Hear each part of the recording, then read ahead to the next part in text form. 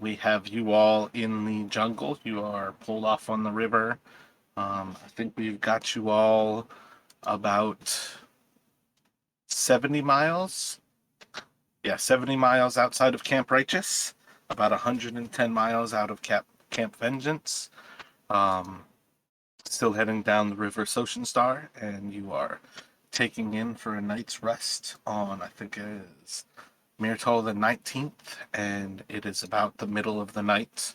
The moon is pretty much just above it, or just beyond its zenith, and you guys were assaulted by these creatures.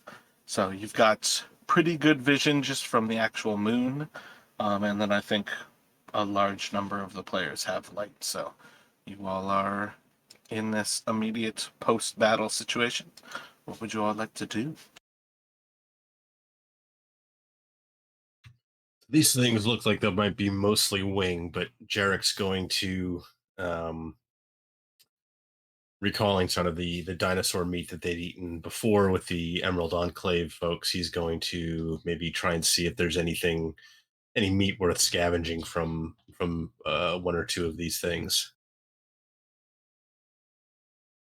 What's the plan? Should I quickly get a fire going or something?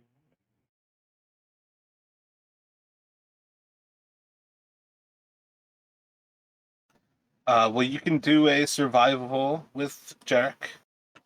You guys are essentially in need of a rest, so starting a fire is not a poor choice.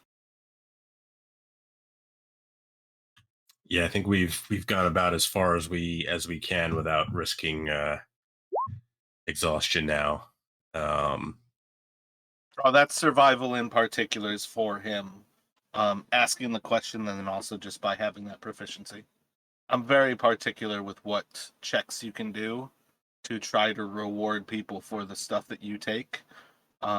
So often, unless nobody has something, you can't really like encroach on somebody else's stuff unless in particular you're asking the right questions, kind of thing. So yeah, you're able to go over these creatures. They have a surprisingly humanoid musculature to them, so you are indeed able to harvest pretty solid. Like you can take a nice backstrap from them. They have incredible, essentially fillets when you go for them, as well as just for overall like meat storage. If you wanted to try, you can take more than you need. But if you just clean one here right now, you can probably get about um, probably like 10 pounds in backstrap alone. um, yeah, not sure how long it will keep, so maybe I'll try and get like if I can about 20 pounds total. So like two of these things. So that wouldn't be difficult for you to do. You'll probably spend about like the next 45 minutes, an hour and a half doing that. But overall, yeah, as far as things go, you can definitely set that up. If you are looking to preserve it, you pretty much know that you have got to make a smoker. You have to go through the process of cutting it into fine strips and get it smoking through pretty much this entire evening of a rest because you need it pretty much like fully dried before you set off. And that's going to include not only creating kind of like a lattice work to like stretch them out on, but also something that is going to be a shelter, uh, which can be like some pretty simple leaves, but that you also shelter it as well. So you're creating kind of like a two-level shelter of like smoking it, as well as like stretching the meat out to dry it fully. Yeah, he Jarek probably wouldn't think that he'd be able to do all that. Um, so he'll just kind of essentially he'll take what he thinks they can essentially eat fresh. Um, at least for now. Yeah.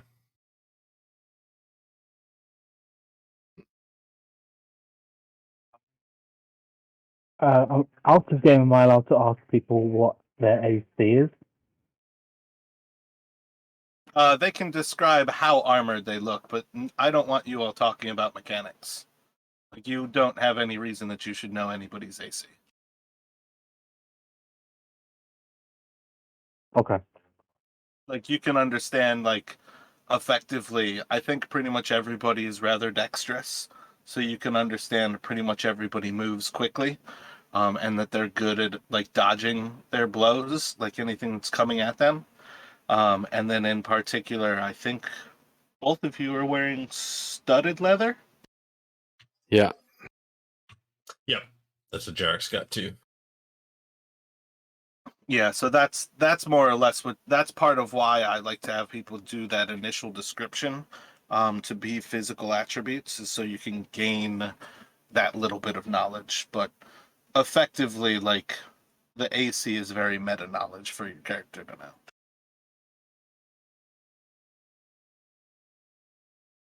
Yeah, that's why I was.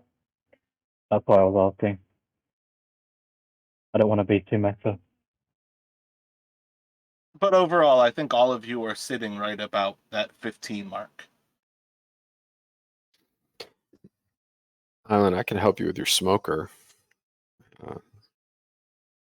With my survival skills. I'm just given how often we've been attacked, I'm not sure it's worth trying to set one up and Fair. taking the time. Fair. You know what I'm going to do? I'm going to drag these bodies into a pile that's not near where we're sleeping. So we're going to watch the animals come in and eat them. We don't want to sleep on top of a bunch of dead bodies that are going to attract more attackers.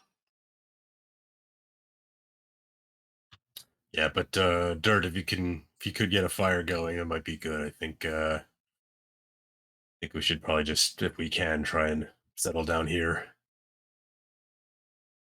And Jarek would also be sort of after he's done, getting some of the meat. If Aelin hasn't finished with the bodies, he would help with just kind of dragging them off. But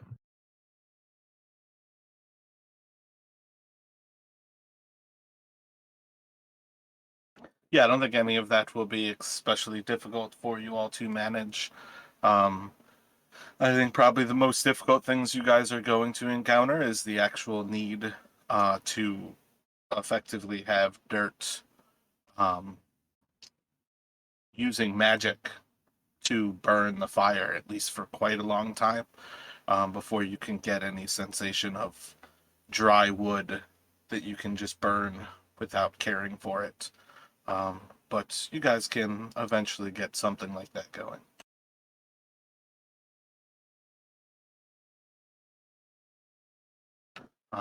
But overall, I think you guys will pick up that a constant rain in a rainforest is non-conducive to having fires.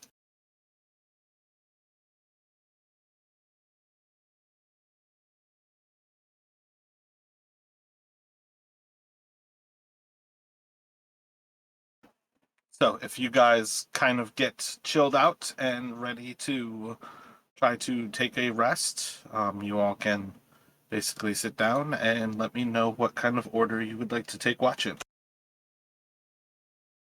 I'll go early. in that case, Jarek can offer to take the second watch. We'll take the third watch. Alrighty, so let's have Island do a perception here.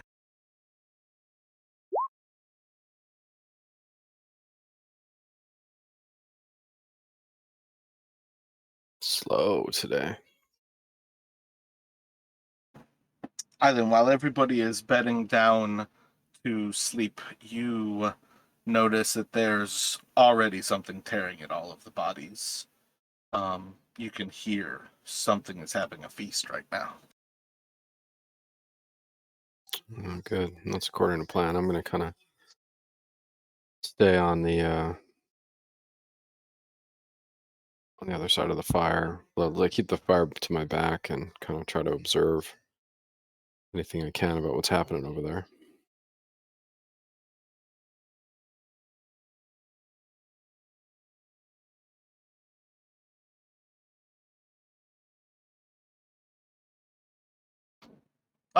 Seems to be some sort of reptilian creature. From what you can kind of pick out, it seems to be something that's probably about 4 or so feet tall. They cast a pretty wide silhouette, and might have like almost like tentacle arms that kind of reach out, but they seem to almost be like a little bit wider than they are tall. It's some sort of a crab-like creature. It's kind of hard for you to make out in the night, and I'm assuming you all took the bodies well away from the fire, so you were looking into darkness. Yeah, we did. In hopes that we could feed the neighbors and they wouldn't feed on us.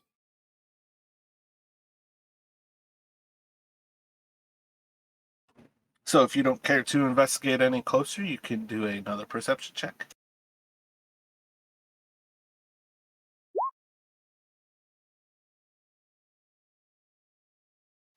Other than the rains picking up and it starts to get kind of like gale force winds, seems to be kind of deeper, stronger weather coming in. Everything kind of goes by without a hitch, and after a while, you feel it's about time to wake up Jarek. All right, so I'm gonna do that and go to sleep.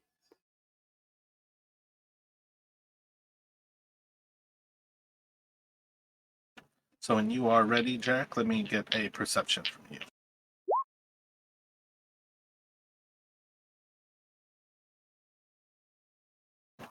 Everything seems pretty calm for you. It's pretty strong rains. The winds die off pretty quickly from what you were woken up to.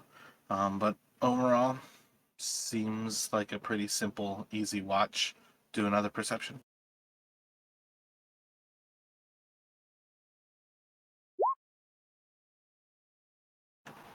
Little happens in that hour as well.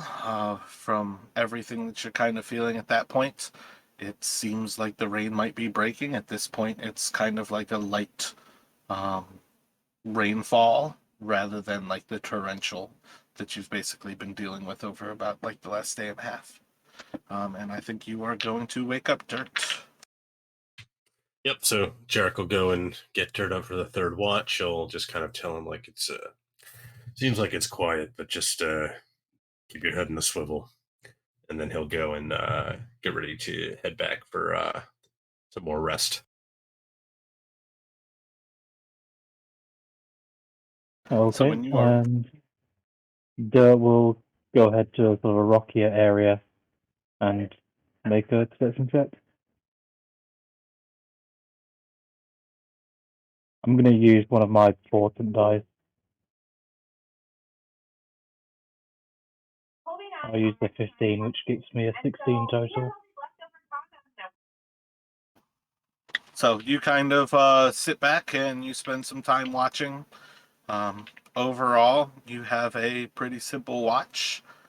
Things seem pretty simple. Rain picks up a little bit. Other than getting poured on, everything seems pretty normal there.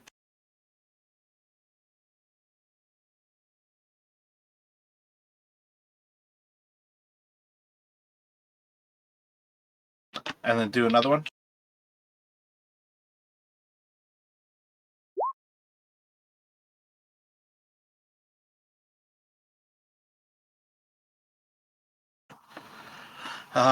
Pretty similar situation as the last. You sit back on watch. Everything seeming pretty calm. The rain gets a little bit worse yet, and it's kind of a heavy downpour again. Uh, Hour goes by, and after a little bit of time, it's time to wake up. I think for what it's worth, because we don't have to assume what Chris is doing, it's just going to be Eku. Yeah, I'll quietly wake her up and let her know that everything's been pretty peaceful.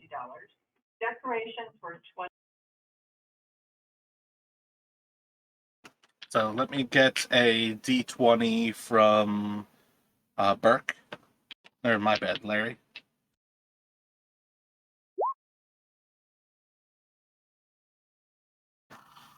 Yeah, so rain calms a little bit here. I think at this point this is about rising of the sun above the tree line. I actually feel like it would have risen during Dirt's there.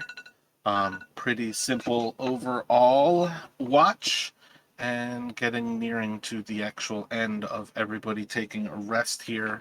Rain calms a bit, but let me get a roll from Justin.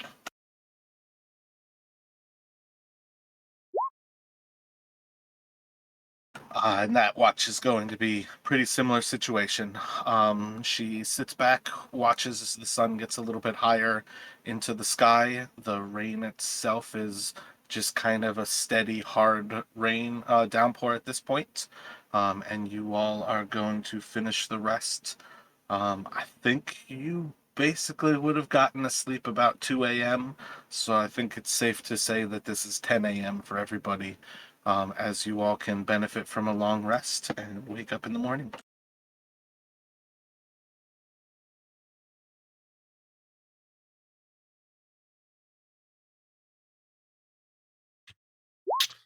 So Jack's gonna to Island. He's gonna say they smart moving those bodies away from camp. I think.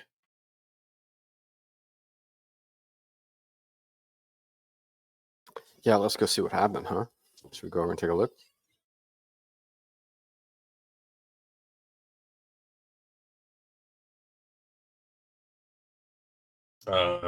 Sure. We'll, go over there real stealthy, try to be quiet, and just see if we can see what was over there. If anything's over there now. Roll stealth checks.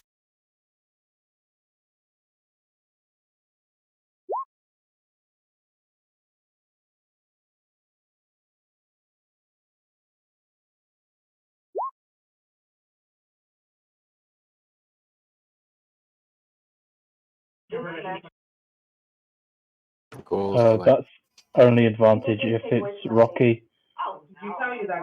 I got you. It's kind of rocky on the map, huh? I keep thinking all those rocks are just giant spiders. This is a placeholder. This is just a generic battle map. Stop thinking this is a real map. Heading over there, you guys approach where you put the bodies. There is nothing to be found. Crazy. See plenty of destroyed vegetation around where it went down. But as far as you can tell, some sort of scavenger or scavengers came into that area and they've consumed everything. There's no bones, there's no nothing left behind. So hopefully they got their fill. Yeah, let's feed the neighbors whenever we can. We should. We've already lost a little bit of the day, so perhaps we should go ahead and get moving again.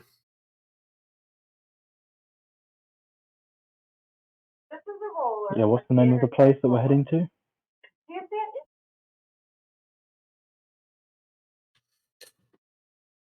Mbala.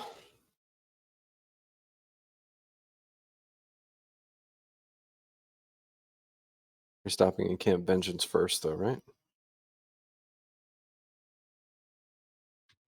Yeah, so I believe in our current path, it'll take us past what used to be Camp Righteous, which has been overrun. Camp Vengeance is a new um, settlement by the Order of the Gauntlet. But for now, we've agreed to help Eku with an issue at Mbala, as Island said, a bit further into the jungle to the southeast, southwest. Sorry. When we initially spoke, Mbala was a priority of mine as your hired guide. You had mentioned that you were coming in this direction to see Camp Righteousness, as well as Camp Vengeance, to see what it was that the Order of the Gauntlet was up to. Do you not still have that same need to see them, to investigate their doings, goings on? Yeah, well, I want to sleep somewhere behind a fence if we can. You will always be in danger. I fear you might want to stay in Port Nyanzaru and maybe retire yourself while you are safe and alive. As I imagine the folks at Camp Righteous may have been gotten a bit complacent, and that might have been why it was overrun. That or the fact that every other thing in this jungle just wants to kill us.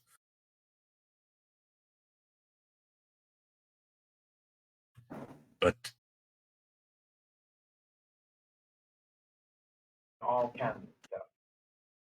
Yeah, let's hope it was a series of small things rather than one large reason. If you have come here with an interest to visit these places, it would be advantageous to go there while we pass by, instead of moving along and coming back at a later date. As a partner in this venture, I trust that you will aid me in Umbala when it is ideal for us to go there. It does not have to be your highest of priorities.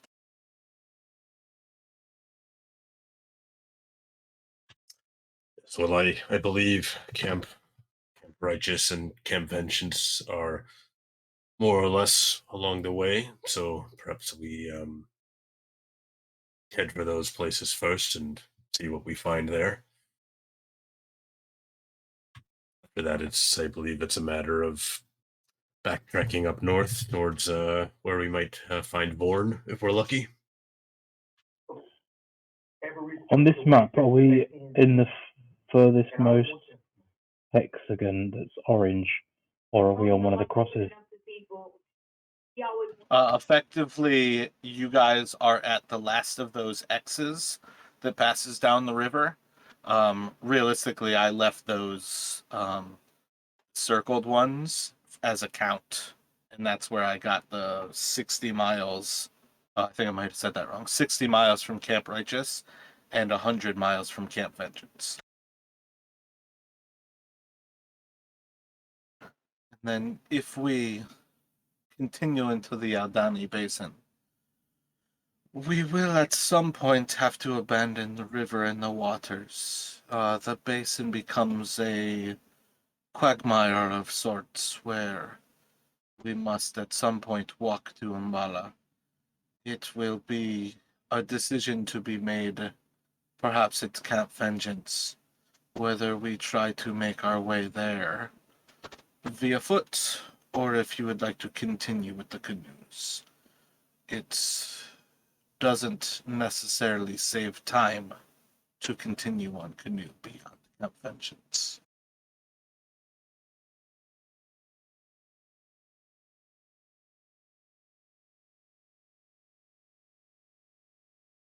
Yeah, so I suppose we can deal with that that question when we arrive.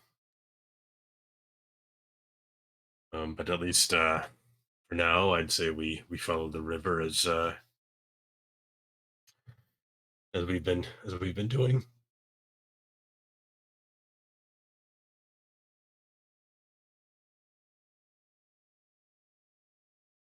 I'm happy to take the lead boat again. I'll take the one in the back. Look out for fish with teeth.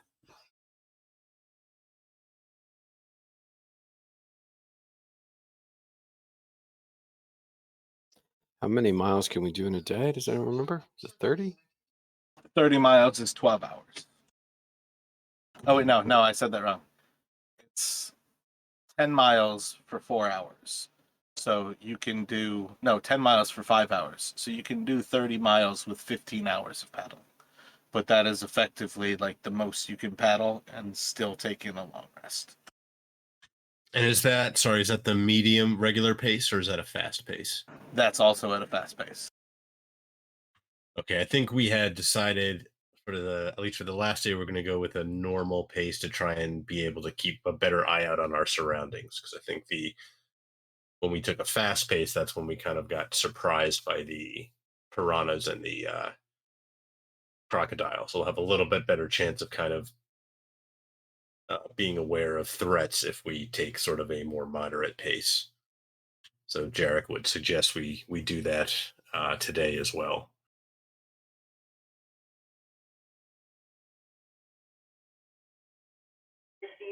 Yeah, that sounds like a good idea. It keeps me alive.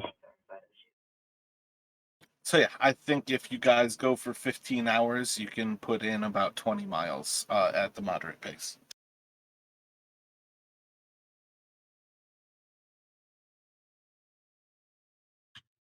That's not going to do you, Island? Totally fine with me, man. I'll follow up and make sure, try to notice if anything's chasing us.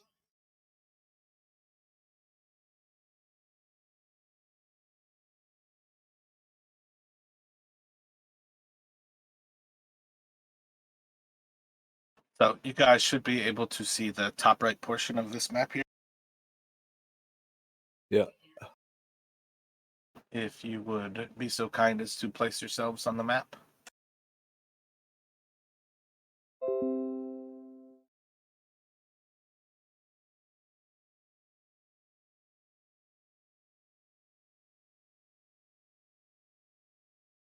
Oh, and this will also be where you guys can have your hired hands as well. Are we still in the boats at this point? No, this is you guys walking back to the boats. You think it's as easy as feeding the creatures around you? Come on. They're waiting for you. You guys have pets. I wasn't sure if this is just another placeholder map if we... Okay. I let you guys get away from the night encounter, but you're not going to get away from fighting the creatures. You just fed them early. Apparently they did not get their fill. That's just boring. I mean, you guys got to get a long rest out of it, but so as you guys come up on where you've left your canoes the night before, you very quickly see that there are some reptilian creatures that are out by the boat. Among these creatures, you're basically seeing about like 8-foot long lizards. They have a gigantic, what looks like. Actually, let me get perception checks from you all.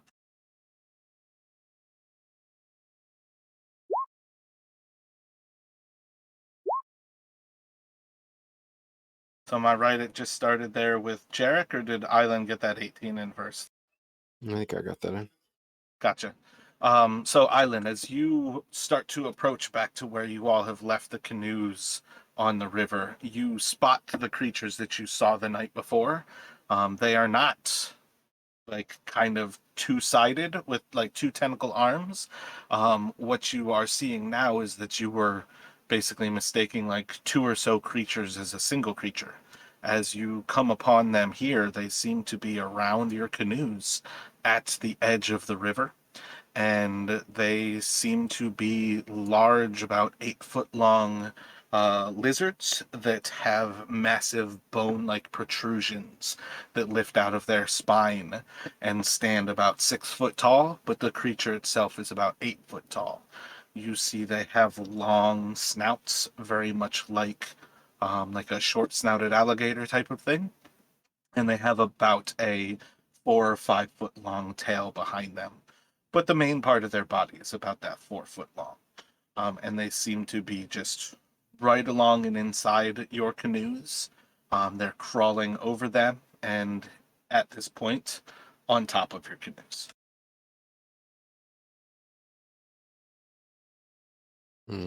That's in the way, huh?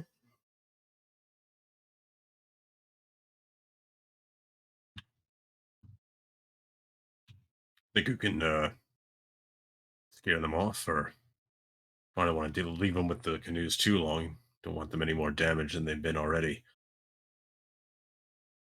Yeah, I think we need to shoo them away if we're going to use them again.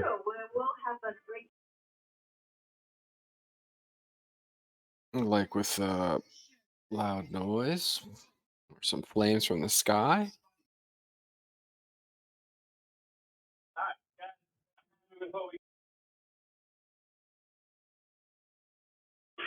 Or maybe Echo could scare them off by changing into whatever it is that she is.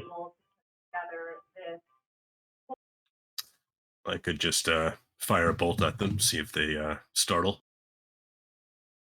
We could do all that at the same time.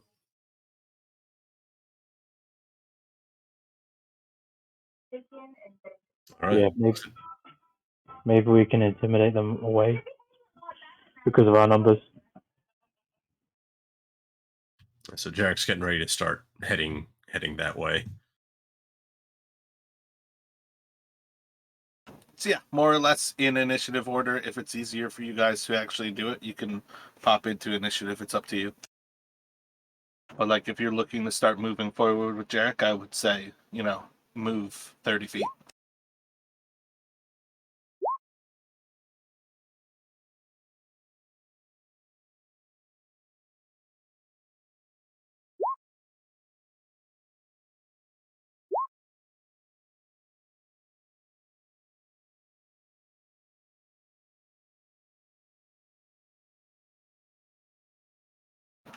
So as you move closer, what do you have in mind?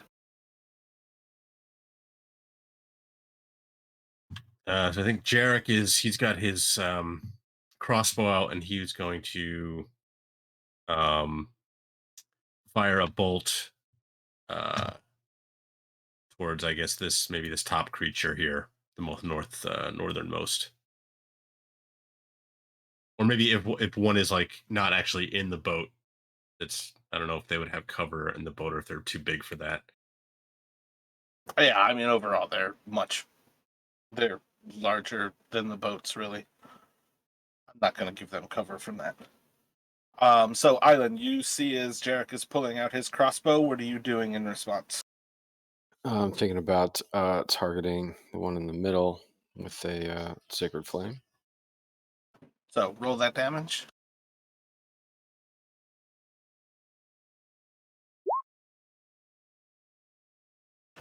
As the light from above starts to spark down towards it, it seems to move out of the way as it kind of lurches into your direction. You guys have their attention, so Eku is pretty much gonna cover some distance and kind of get in front of Jarek at that point, I assume.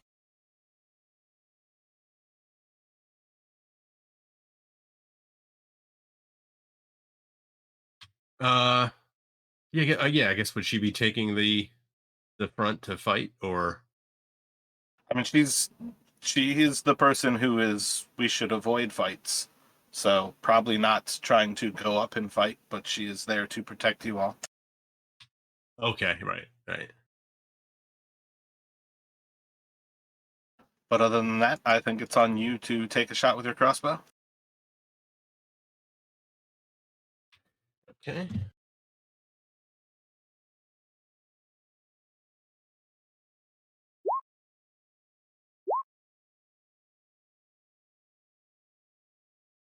So plinks right into one of the creatures, and you said the northernmost one? Yes.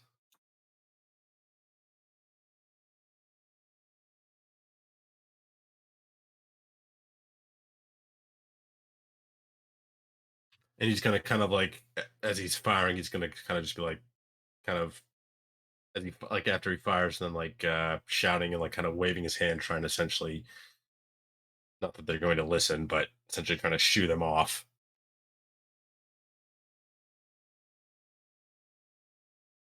And I think it's going to go to dirt. That was like, oh no, I thought we were just going to scare them off and didn't think we were going to shoot them. but okay. And I'll try and hit the top one with a Toll of the Dead.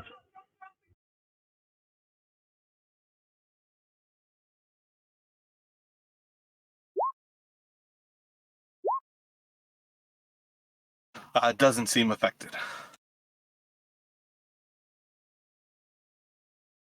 He'll stay where he is, I have no idea what and that'll be his turn over.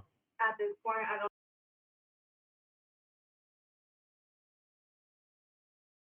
So do we scare them? Alan asks, hopefully.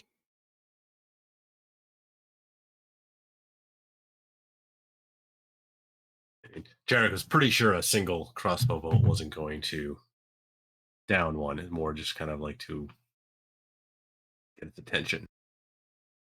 I was hoping that flames from the sky would scare them off. Or maybe a big Dolores tolling bell.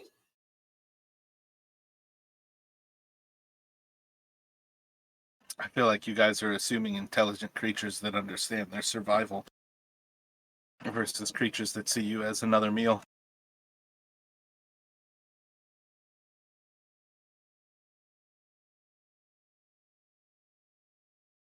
Yeah, I mean, in any case, we want them away from the boat, so.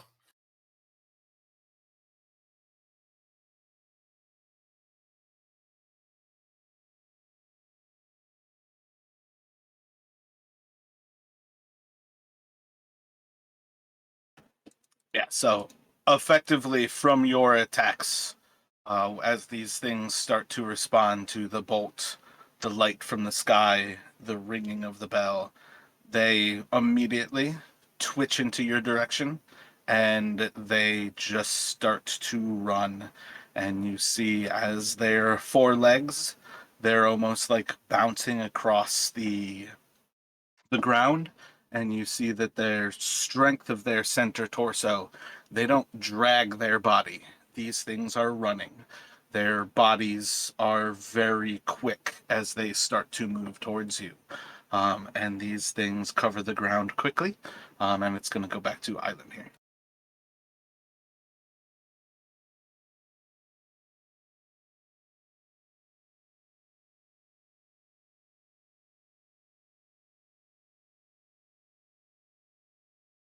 All right.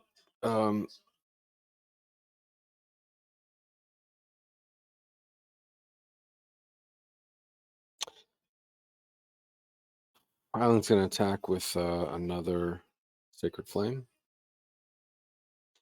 The one that has a crossbow sticking out of it is the one I'm headed towards.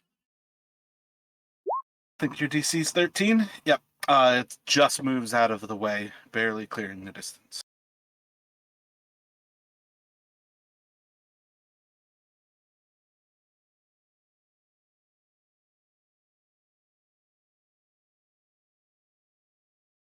Okay. Killian, I'm going to move over.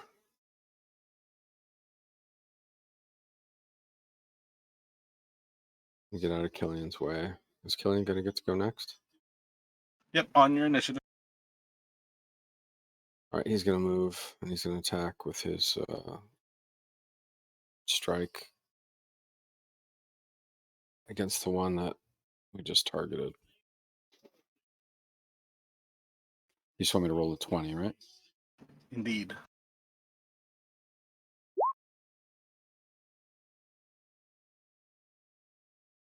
Swipe out at it. Yeah, that's a hit. Crazy. I don't really remember what damage I'm rolling. I feel like he's got a great sword. 2d8 plus 2, I feel like. But it's in the handout right below his counter. Oh, okay. Yep, 2d8 plus. God, I got that open now. Okay.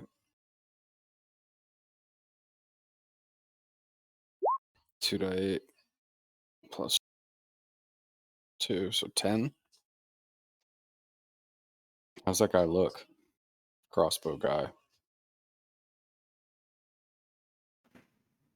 At that point, it is definitely bleeding.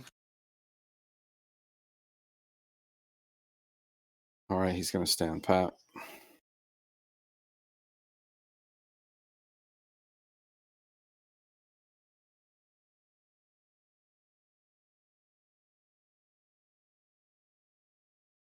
So you are going to see as two more of these creatures swim out of the water, and very quickly they are transitioned onto the ground and they are running towards their friends.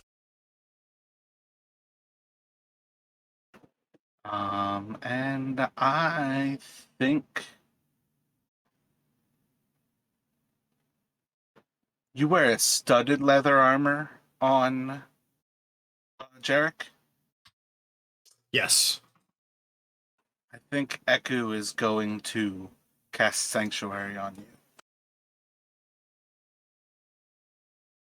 I guess realistically, it's up to you guys to decide. But realistically, she's got Sanctuary and she has Bless as far as like the big stuff to start off with. Yeah. So Sanctuary, if that ends if I attack, though, right? Oh yeah, that sounds right. Because I think it's more for like if somebody's hurt and essentially you're trying to buy them time to prevent them from being attacked again. Like I know she used it on me before when I was like either down or at like one hit point or something because I was kind of surrounded by the things. And I think it would make more sense to use it at that point. Yeah, that's legit.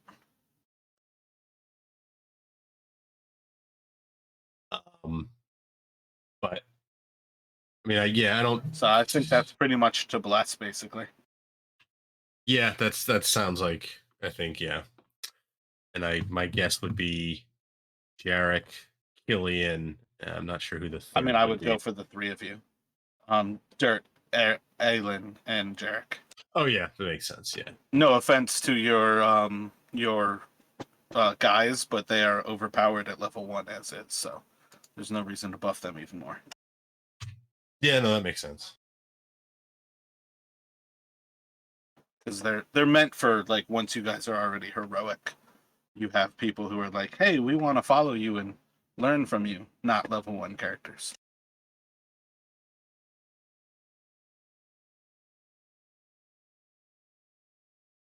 So she's going to drop that bless, so the three of you are blessed, and it's going to go to Jarek. All right, so Jarek is going to drop his crossbow, pull out his scimitar for now, and slash out at the one directly to his south. I think is the one that had been he'd hit with the bolt. Yep, that's the one that Killen is attacking, and it's got the bolt sticking out of. Solid slash across it. Slashing damage. With that attack, you basically open up like an entire side of the creature. And I think Zeros he's kind of panicking a little seeing this thing coming at him, but he's going to cast Eldritch Blast at the same one to Jarek's south. I believe he has disadvantage. Yeah, that's where you have the choice, basically. You can step away and risk the attack, or you can attack with disadvantage. Yeah, so I think he's kind of a little, they were kind of on him more quickly than he thought, so he's just going to kind of do the disadvantage.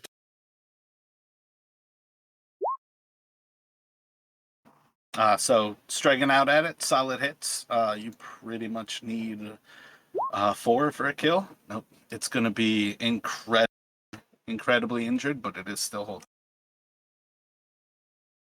And it's going to go to Dirt. Were our companions supposed to be level 1? Your companion is that little sheet that is the handout underneath Ganida. They are not a character right now. If Dirt dies and you lose Dirt, Ganida will become a level 2 character, and having the sheet matters. But in the long run, right now, all she is that mystic. That is all.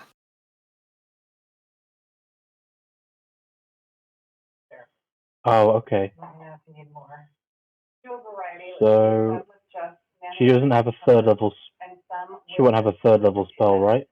Yep, she is level 1. All she has right now is poison spray.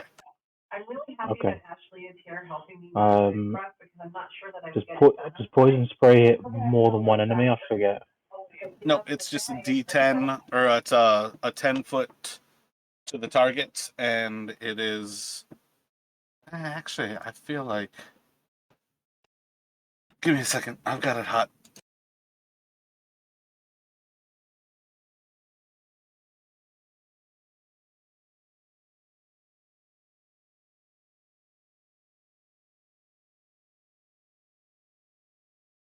Yeah, it's just a single target.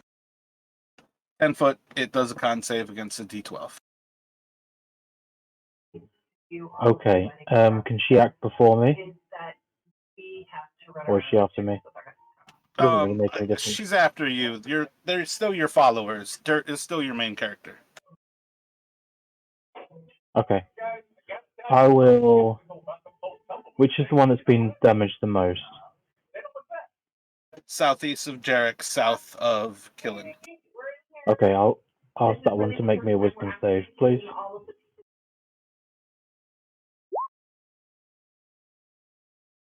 DC 13, it takes no effect. And then I'll tell her to move up and hit the same one with a poison spray.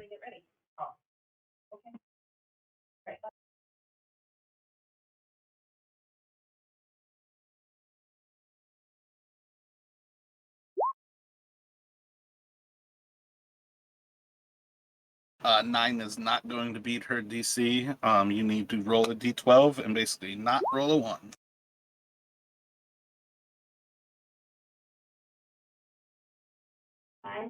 No, she's already better than me.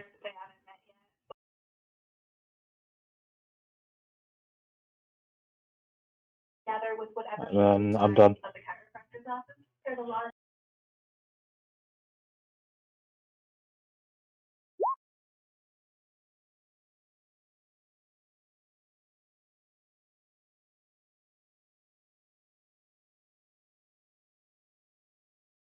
Alright, so one is going to move forward, exposing itself to opportunity attack from Killen, and it is going to try to attack Ganeda.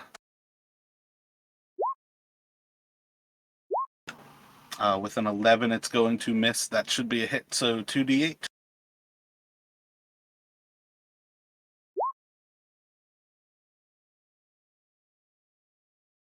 So 5 plus 2, 7. Oh, that's the wrong one. Fuck. Do the same thing. This one's gonna rotate around. Do the same thing, attacking Ganeda. That one will hit. Average damage is 9, so you just have a DC 19 con save. So just roll a D20, and you need a 17, and she is still standing. Any lower, and she's gonna fall. Would Jarek have an opportunity attack from that one? That one wasn't next to her. That one wasn't next to you. It was like only on Echo, and it's still next to Echo. Oh, I thought it was one to my south. Yeah, realistically, the order of this happening is just the opposite order. Okay, no worries. Just checking. And then that should go to Island.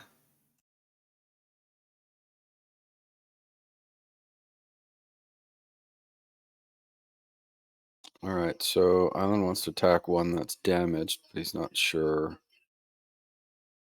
You can do a perception check. It'll use your free action to try to figure out who's damaged. The one directly south of you. This one I attacked. Okay. All right, I'm gonna cast.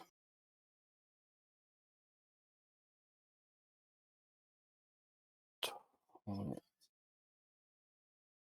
gonna cast Toll the Dead.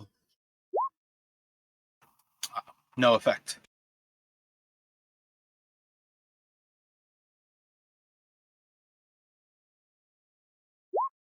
Oh, it's interesting. There's like a interface window you have to click through. Okay.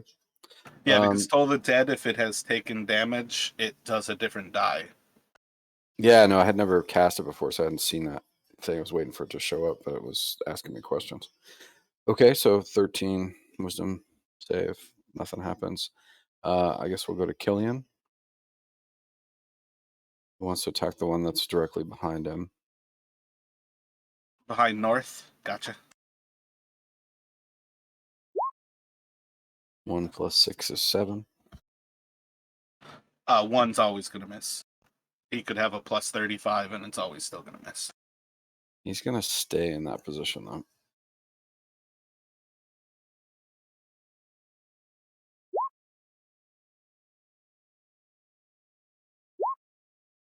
Biting out at Eku, that one's going to miss. The next one is... I got 5 targets.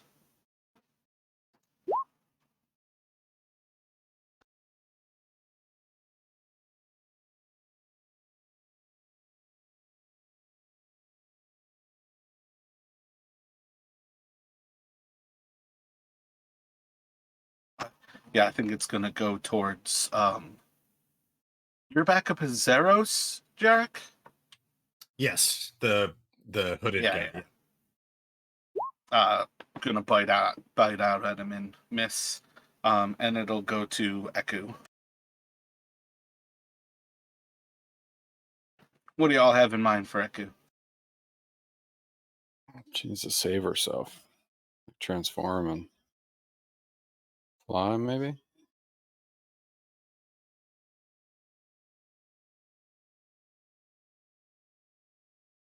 What do you guys think?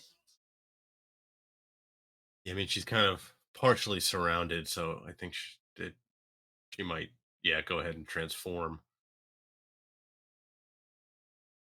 And then maybe bite out at the one to the north. All right, so let me throw this out there.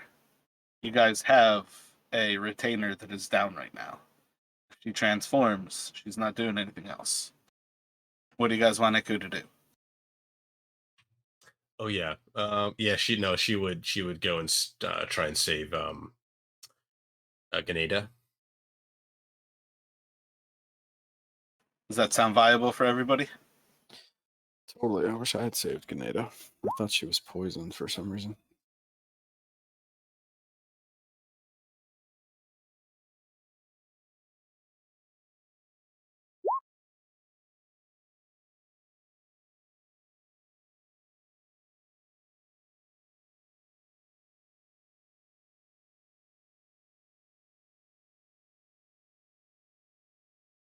So she's gonna move up to Ganeda and drop a Cure Wounds into her, and that effectively just takes her back up to normal.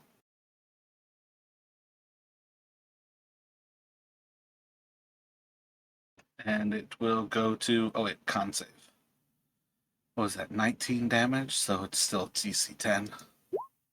Yep, she's good. So it goes back to Jarek. Okay, so Jarek's going to... He's got a scimitar. He's going to now draw his short sword as well, and he's going to slash and stab at the one to his south. Solid hit.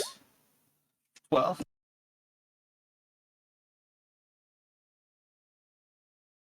And he's going to hold his ground here. Zeros, I think, is going to... That one is bloodied at that point. Okay, so I think now Zeros is going to, having gotten over his initial fright, but still not maybe thinking clearly, he's going to try and back up to get a little distance so he'll take that opportunity attack. Oh wait, average damage, that's what matters. So it's gonna strike out at him. It will hit, and it's a DC 19. So he's good.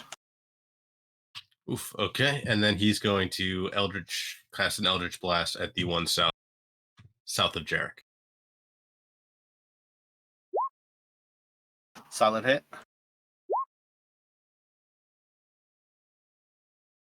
Leaves it severely wounded, but it is still up. All right, and that's all for him. So it'll be onto dirt.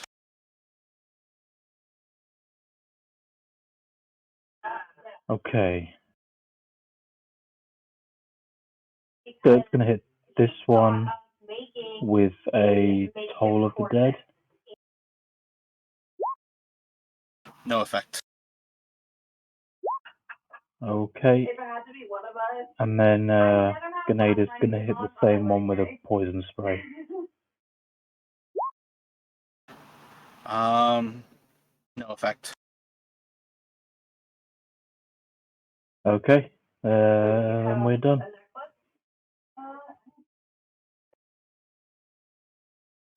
Oh, it doesn't actually say her DC. I'm pretty sure in the book it says their DC is 13, though. And then it's gonna go to some of the creatures here. So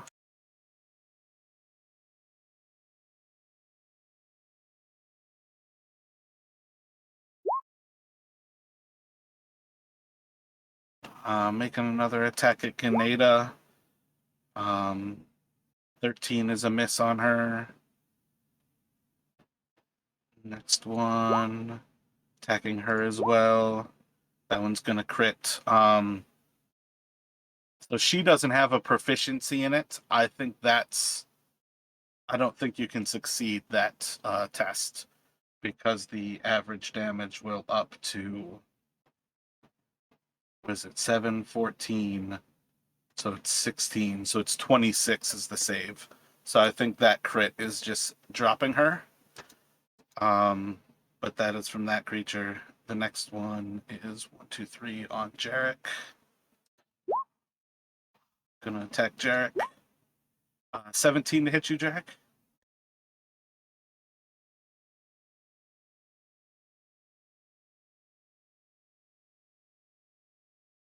Can you hear me, Justin? I assume it's a 14 to hit him, right?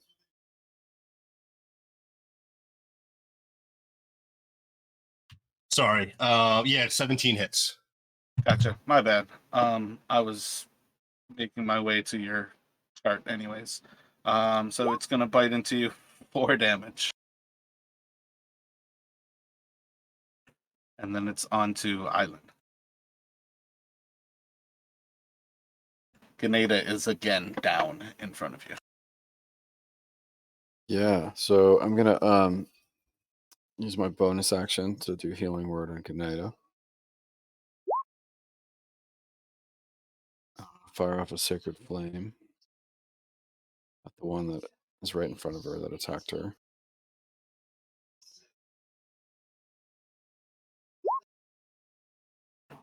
Gonna be a solid hit.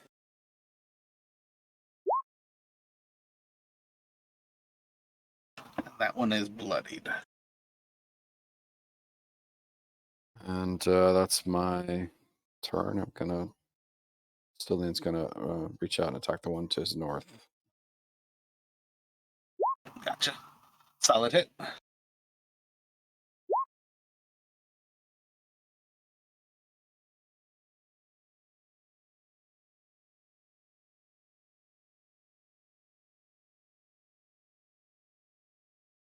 He's gonna stay put.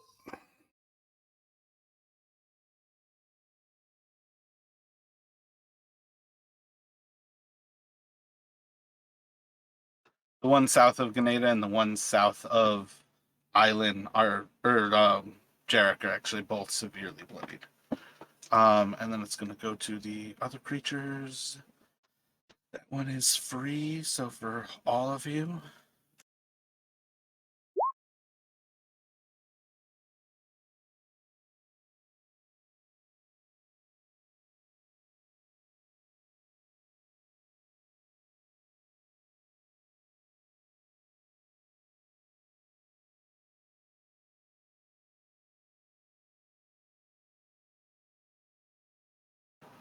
I think that one is going to move up, and it as well is going to attack at Ganeda.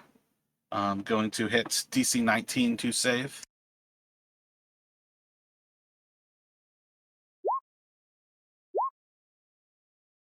So she will fall again. She's popular.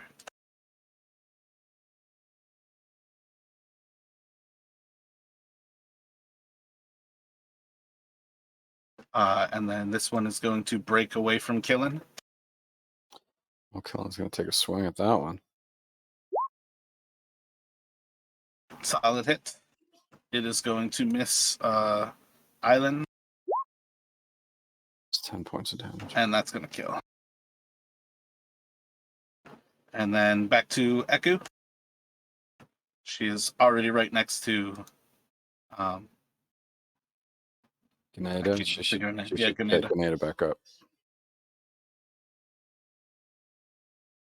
and that will go to Jarek.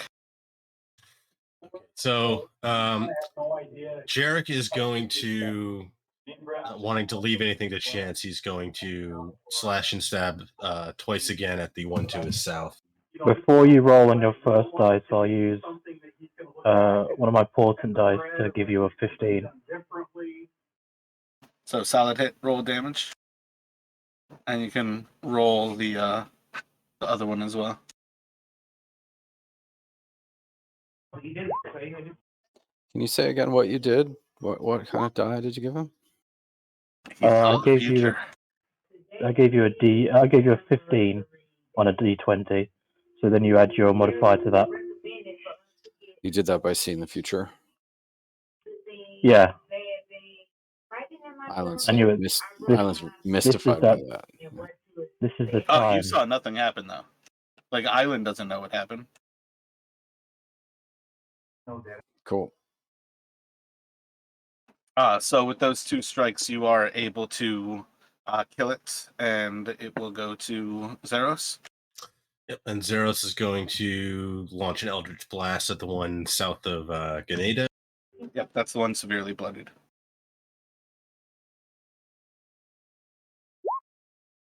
Uh, 15 solid hit, and that's a kill.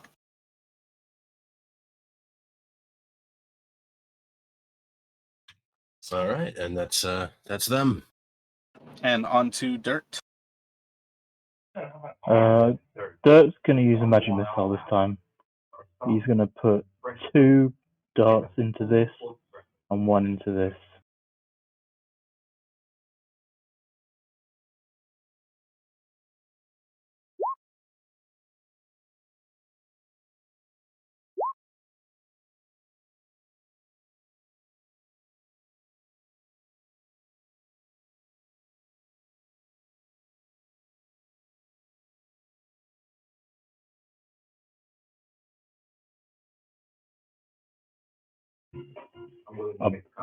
Both still alive?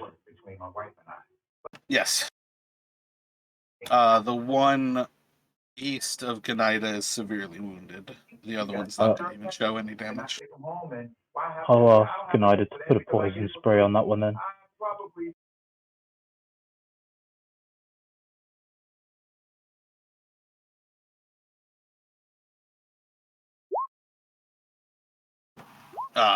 Roll a d12.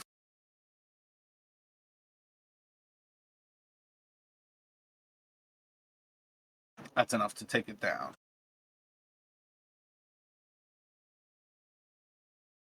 And that's the end of our turn.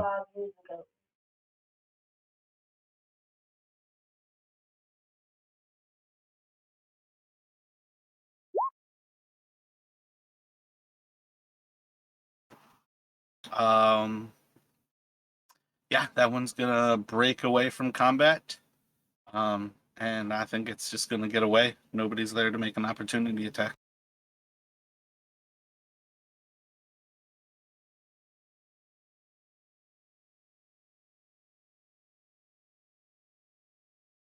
And that will end it. So you all have 5 of these corpses.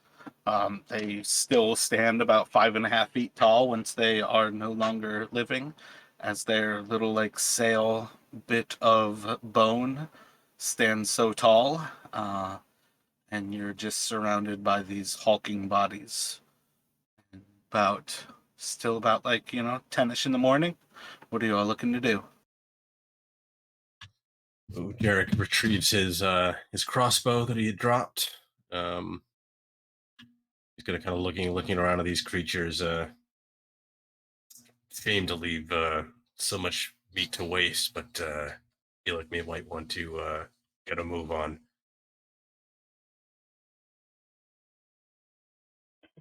Yeah, let's make haste before these bodies attract other creatures.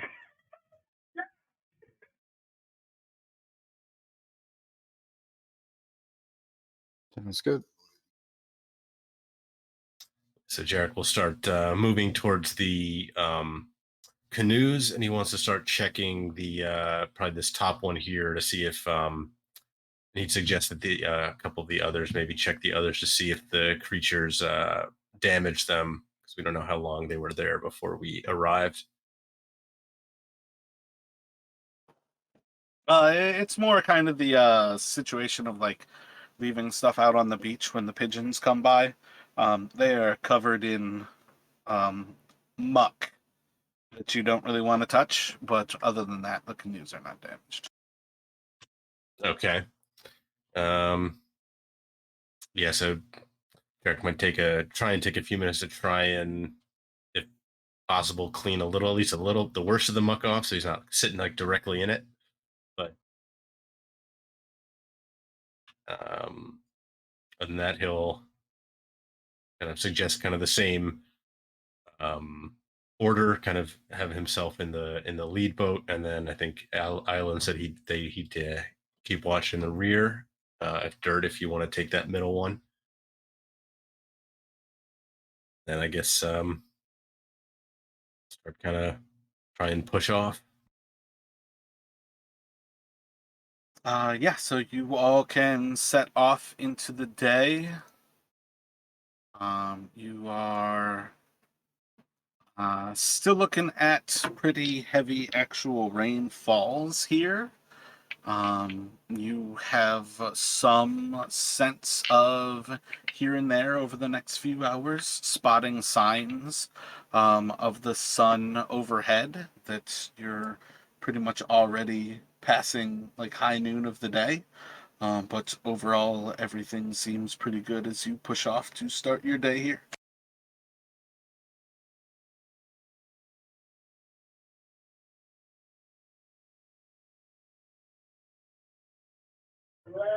Maybe the rainfall will help make it easier for us to be undetected. I imagine things in here are pretty used to it. Never seems to stop raining.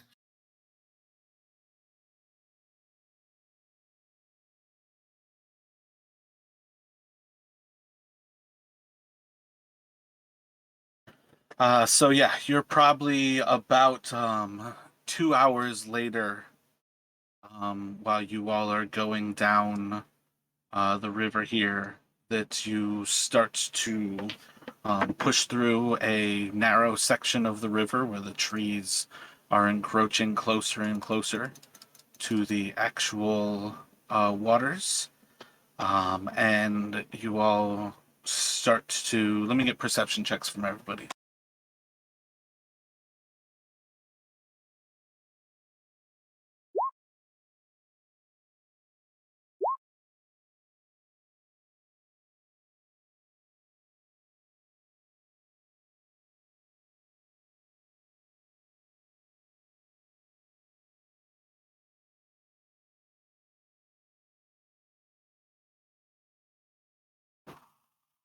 Can we get a perception from you with Dirt? Oh yeah, sorry, I didn't realize you guys were waiting for me.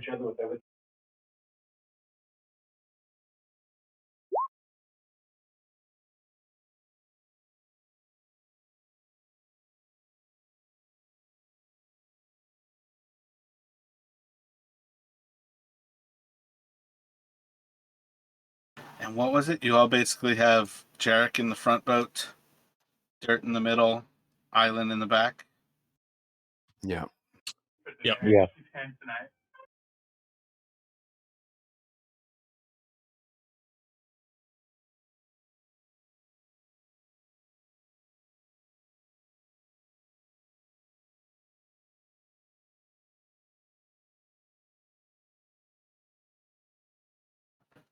So as you guys are pushing down this section of the river a couple hours later, you are kind of looking out for signs of danger. And as you start to push through this bit of area, Dirk, you start to hear the sounds of. Were you there for the actual Sturgis battle? Was that the first battle that you were there, or was that before we had you join? Like outside a game. Was Tom there for that? Yeah, I was there for that. I remember them exploding. Perfect. Yep. No need for any other crazy convoluted.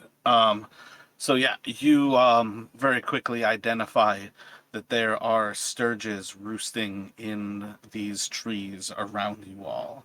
And you are basically starting to float into the area where you probably at first I would say are hearing signs of them.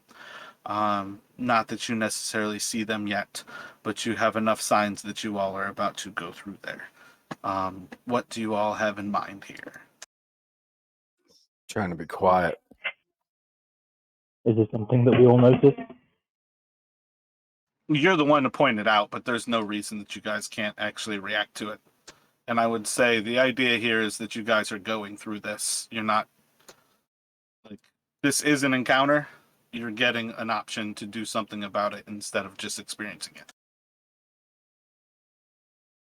Do you think if we all just laid down in our boats, they wouldn't see us?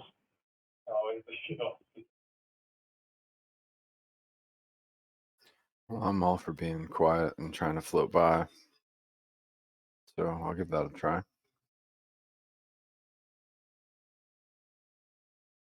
I imagine they might be able to smell us, but Jarek's going to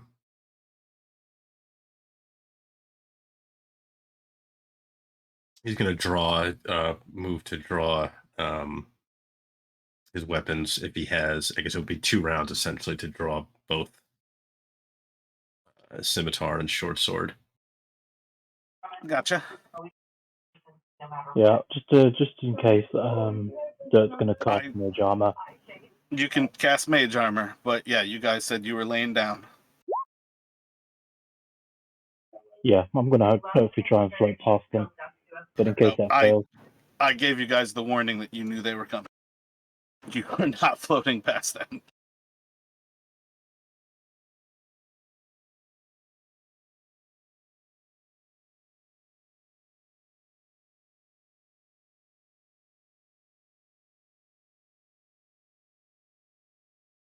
And I imagine too, even if they go by sight, if they're up in the trees, then they're going to be able to see down into the boats.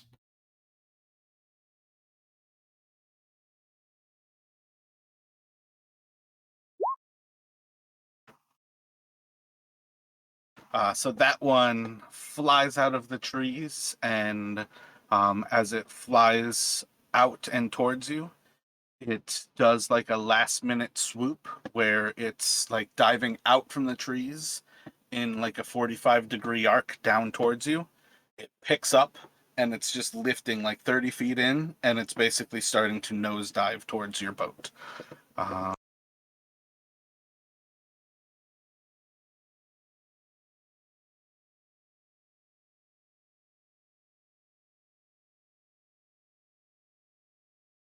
And that one's going to do the same maneuver. That one's doing the same.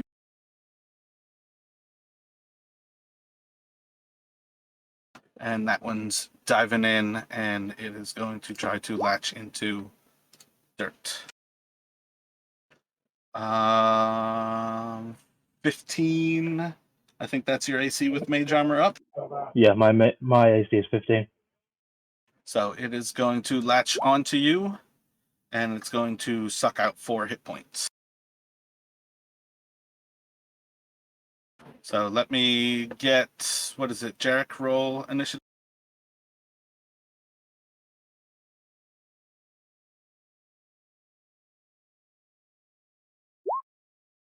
Sorry about that. Forgot. What's your dex? A +2? No, you're a +3. +3, yeah. What's the actual dex for you? 17? 16. Word. I guess that's good enough. You can go on a tie. So yeah, you've got 3 above you. You've pulled out your weapons. What are you doing?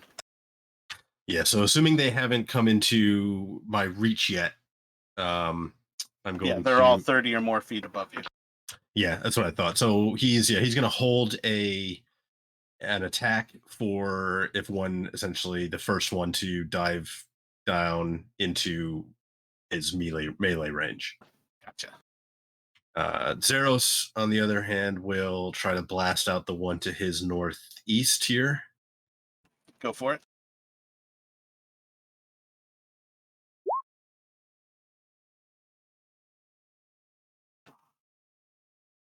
Deleting so much easier. Solid hit. That's a kill. All right, and did Jarek have enough time to draw both? I know he can only use one on a reaction, but just did he have time to draw both, or just essentially it was one round, so he's drawn one so far, and now he'll draw. Oh yeah, you can draw the other one with your free action this turn, and then use your action still to hold it. Oh yeah, okay, yeah, so that's what he would have done. Yep, makes sense. On to Island. Alan's going to use his free action to pull out one of his daggers, but he's going to target the one nearest dirt with a sacred flame.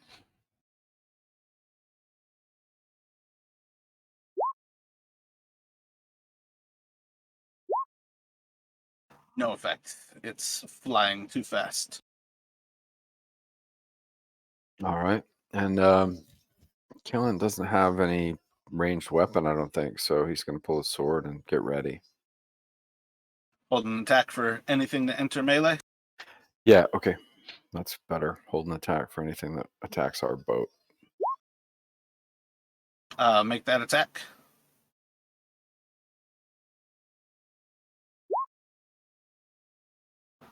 Solid hit. +2, 13. That will kill, but it also is going to hit you, and it's going to hit Island, and it's going to do 7 damage to Island.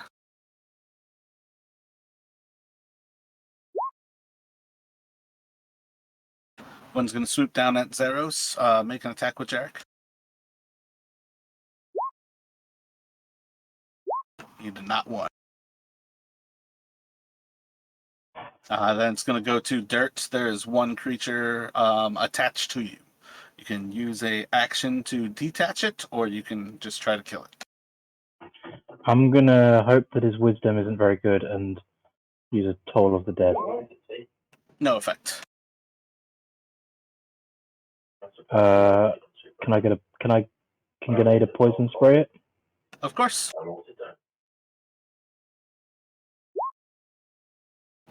Roll a d12. You need a not 1. Damn, I only got a 12. Jarek, what are you doing? You guys don't see any immediately around you, but you know that you guys are in their territory. Yeah, so he's kind of looking around to see if he sees or hear anymore, and he's essentially doing the same thing. He's holding an attack if anything comes diving at him or within melee. The first thing to come within reach of his weapons. Yeah, Dirt's gonna ready a magic missile. If there are 3 Sturges within range, he'll fire a bolt at each. Dirt, you attacked already. Yeah. I didn't think we were still in initiative order. Nope, you guys definitely are.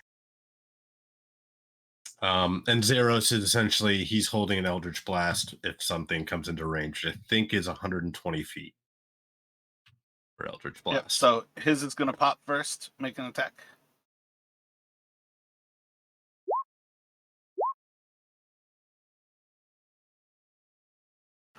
Oh, wait a second. My bad. There should also be Island first. What are you doing, Island? Holding a sacred flame. And Killen's Stop holding opening the mic and then coughing. Cough and then open the mic. I have earbuds in. That shit is loud as fuck when people cough into their mics.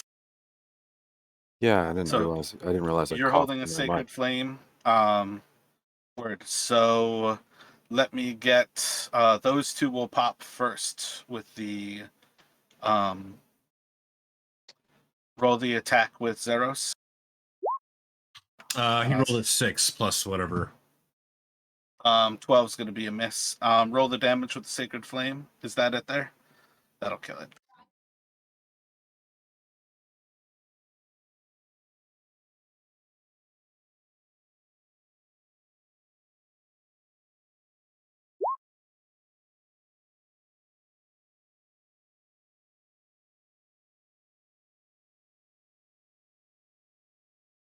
Make an attack with Yarrick.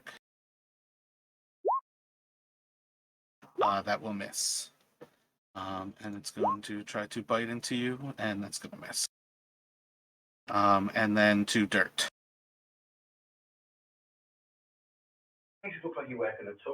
Okay, there's only one, so I will do a Toll of the Dead. No effect. And Ganeda will... I don't think she has any other ranged attack other than Poison Spray. So she'll do nothing. Gotcha. She can hold an attack for anything to get close enough, though. Yeah, she'll do that then. So Jarek, you have one attached to you. No. Just flying around you right now. Yeah, so he's going to try and swat it out of the air with his swinging at scimitar and short sword.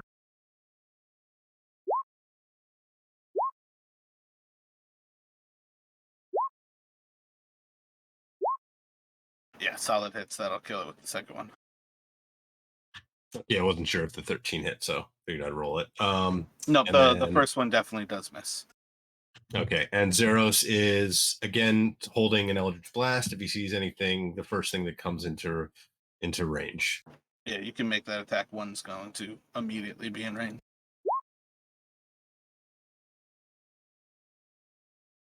Um, 13 is a miss. All right, and that's their turn. Yeah, so this one's going to do the same kind of swoop. It's going to swoop down low, pick up almost vertical, and then as it kind of reaches that zenith about 30 feet above you all, it just kind of like goes dead in the air as it like switches to dive bomb you. Doing the same thing here with that one, and it's going to go to Island.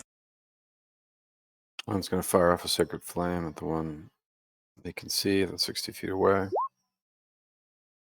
No effect. Kellen's going to hold an action for a melee attack when something comes in range. And then to Dirt. Are you there, Dirt? Yes, sorry. What am I supposed to be doing? Whatever you would like to be doing. There's two swooping down towards you all. They're preparing to do their dive bomb attack, basically above the boats, about 30 feet away. Right. I will... What's the range on...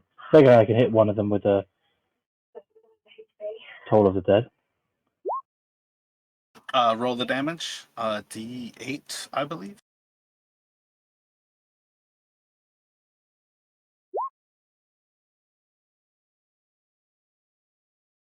That will kill it as its body just falls out of the sky as it prepares to dive bomb. And Ganeda will have Poison Spray ready.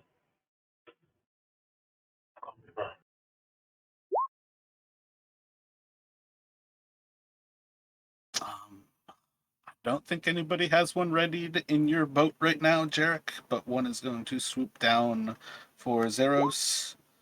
Going to crit on him. I think 8 damage. I think that last round Jarek was holding. No, the last round was the creature was on you. Okay. Yep, your attacks are right there. So yeah, it's going to swoop down and bite into him. Oh, it doesn't even matter. It's for 7 damage, so con save 17. So he is good. For its sake, though, it will still take that 8 hit point.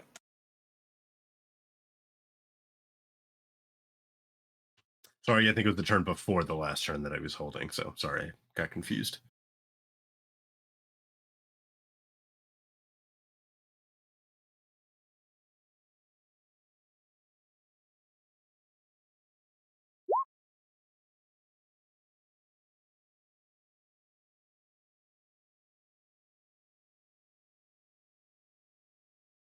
Oh shit, I got one more. What the fuck happened there? Did I just forget that one entirely? Damn, so many Sturges. Yeah. So just gonna kind of move it to that point there, and it's down to you, Jarek. You've got one on top of Zeros right now. Yep, so Jarek's gonna swing at that one. That first one will miss the sword. That's enough to kill. Okay, and then I have a question. Like, because Zeros only has the Eldritch Blast, and I'm assuming they're not proficient with weapons. So, like, if I handed him Jarek's dagger, I don't know how would that allow him to make that attack? Would it be with disadvantage? I'm not sure. Just like as a general question. Oh, you can give them weapons, yeah. Okay. But yeah, they I don't think in particular they necessarily have proficiencies. They're not meant to be full characters where you have a selection of choices. They're meant to be at their most complicated. They have 4 choices because they're not supposed to slow down the game. Right. Okay. I was just thinking, like, since he only has a ranged attack, if one of them gets in close, if he could attack with the dagger, but if it would be disadvantage anyway, he's just going to stick with his. Yeah, for what it's worth in the long run, he's better off taking a shot with disadvantage. Yeah. So he's going to try and blast out the one north of him.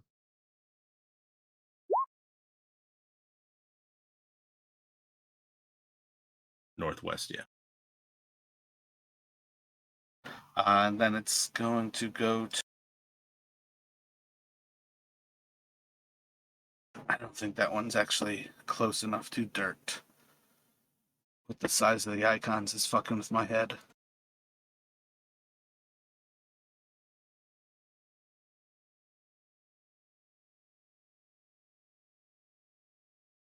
Yeah, so that one's gonna do the like dive bombing swoop basically to prepare to attack dirt, and then it's gonna be on island. Alan's going to fire Sacred Flame at the one that's attacking Dirk.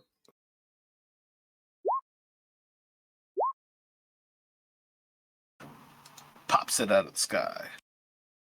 Killen's going to hold a melee action, melee attack if something comes in range.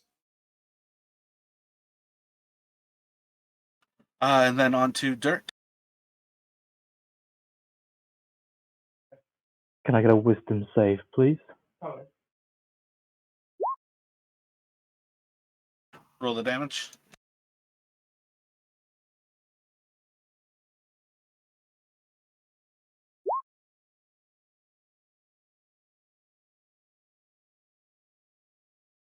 And then, yeah, one more is going to fly out to you guys. It does not have distance. It's not going to get anywhere. Grenada will ready a poison spray. Okay, Oh, never mind. what I'm saying is, you guys, there's no way it can actually get to you.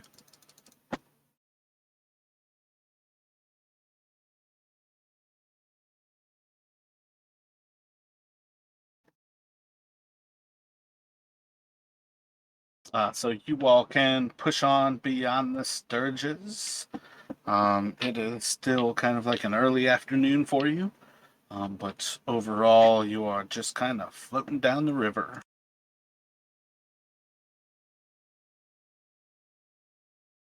And Jarek's going to suggest to Island that we keep note of this, that this seems to maybe be Surge territory in case we have to come back this way later, just to remain kind of aware of that.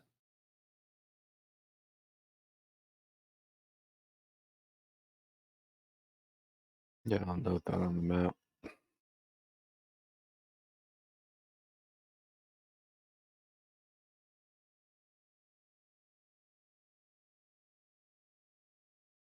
Well, if we don't run into anything worse today, count ourselves lucky.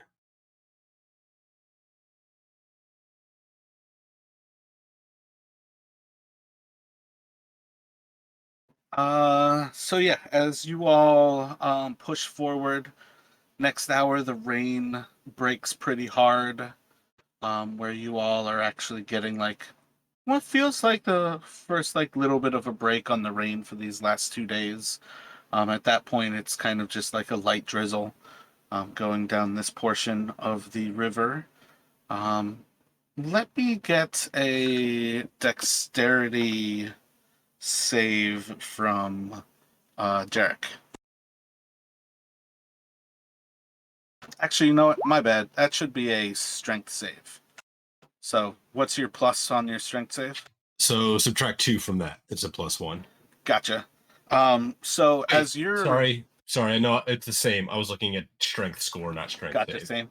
Yeah. So as you're kind of paddling, there's just a point where like you feel like you're getting a solid like paddle stroke, and all of a sudden you almost like throw the paddle out of your hand.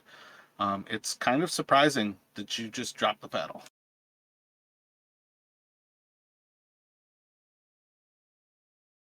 Nothing like a big deal. You're able to recover it pretty quickly. Like Zeros would be able to basically grab it for you. The hell was that? He's gonna kind of like shake his head and um he's gonna call back to the others like just keep an eye out. What are we keeping an eye out for? Don't know. Well, we'll definitely do that. Did something happen? I'm just assuming that I might not have seen what actually happened.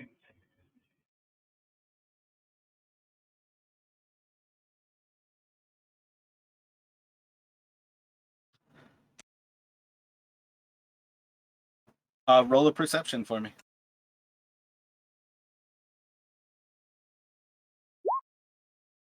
Nope, you didn't see anything.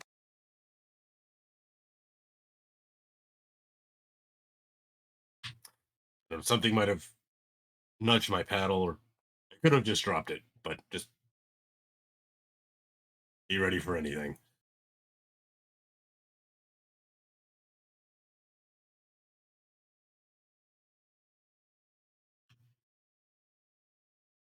So he didn't feel like the boat get hit or anything. It was just he dropped the paddle, right? Yeah, paddle like flew out of your hands. He's gonna kind of like wipe his hands on his like on the leather, like trying to maybe get some of like the sweat off. I'm not really sure what happened, but and then kind of try and like kind of regrip it and continue start paddling again.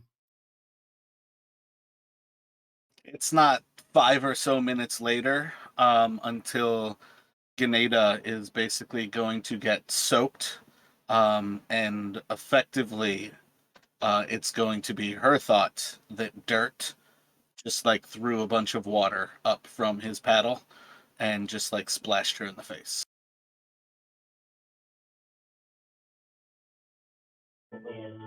Dirt would be like apologizing furiously and trying to explain that it wasn't him, that there was something else that did it.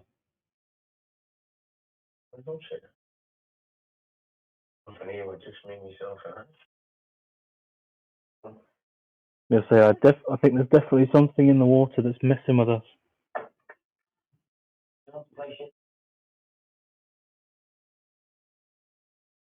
So I'm just gonna look back and I guess see if he can spot anything like on the side in the water near Dirt's boat in the middle boat.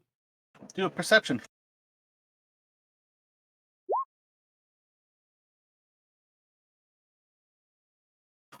You take a few moments to kind of just like arc yourself backward.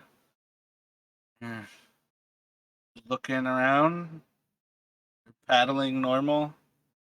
Doesn't seem to be anything odd. It's who knows? Doesn't seem to be any explanation if Dirt didn't do it.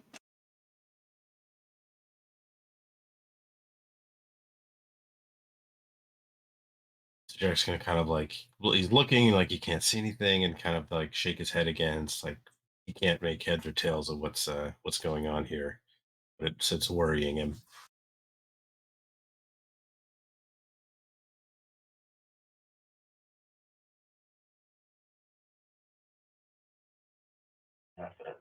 Yes, Dirt would carry on, but maybe just a firmer grip on the oar.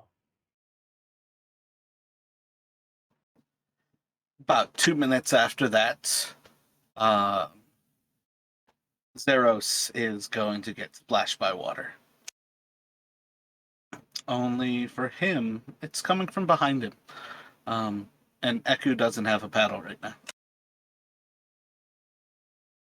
So I think like as the water hits Zeros, he's gonna kind of whirl around quickly, and but then seeing she's not holding a paddle or anything, he's gonna kind of like cock his head and then kind of glance kind of like to either, kind of on into the water on either side of him. Like,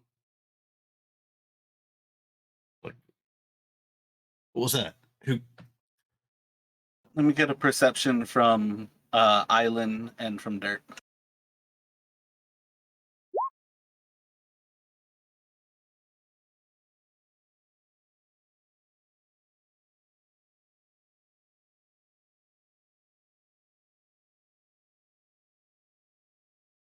Can you do a perception for me, Dirt? Yes.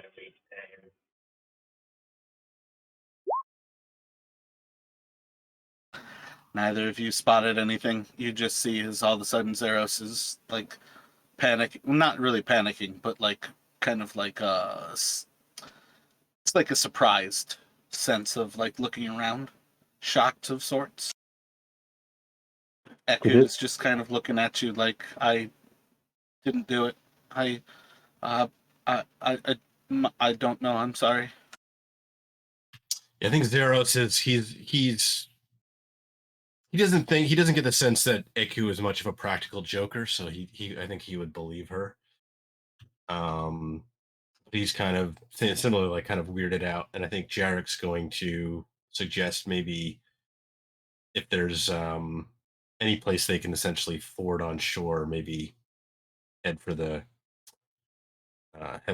shore, figure out just what's going on. He's getting more and more worried with every kind of weird thing that happens. Yeah, is there something in the water up there? You think so? I can see. Do you know how deep the water is? How would you check? Just by looking. You can do a perception.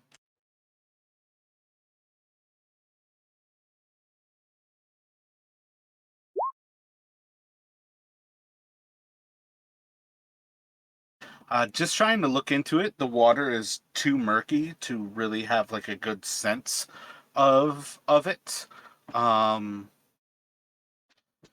You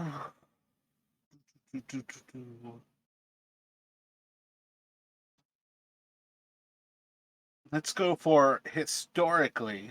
You would understand that a river will tend to be either wide, deep, or fast moving.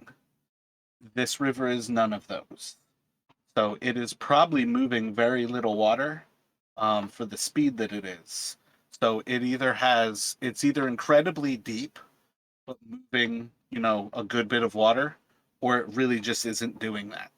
I feel like I said that in a terrible way. It might be incredibly deep, in which case that it moves a lot of water. Because it moves slowly, at least at the top, and it's murky, you have that understanding that for it to move water, it has to be incredibly deep, but it is not wide, and it is not fast moving. Still feel like I'm describing that terribly. But you have a good sensation that if it's anything, it's deep. Otherwise, it kind of gives you that sensation of there's plenty of rivers. This one just flows constantly.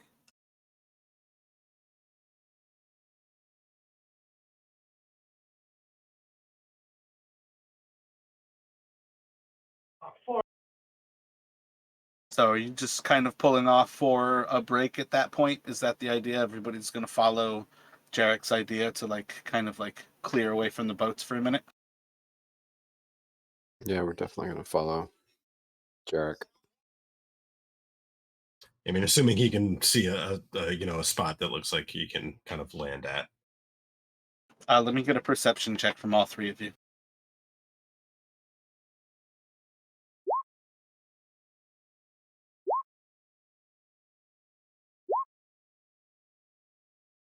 Dirt, you see a small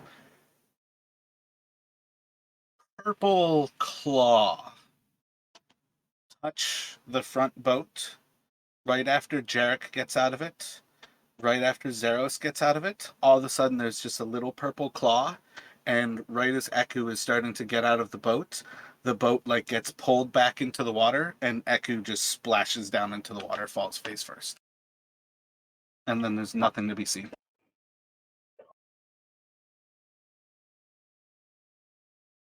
What's happened to the boat?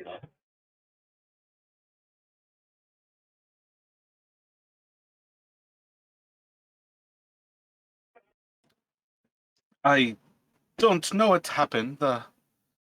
They didn't push it. I was looking at Zeros as he stepped out myself. I don't know why I fell.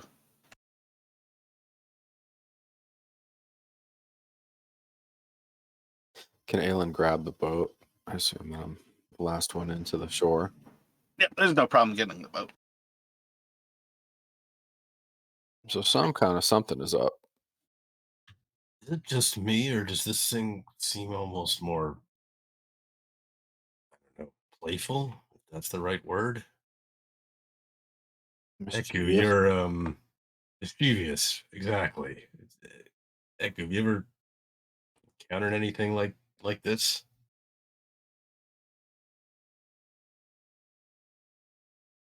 Roll a d20.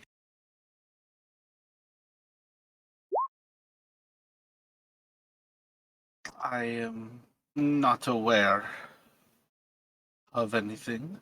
It's part of the wonders of this world are the things that we do not know about.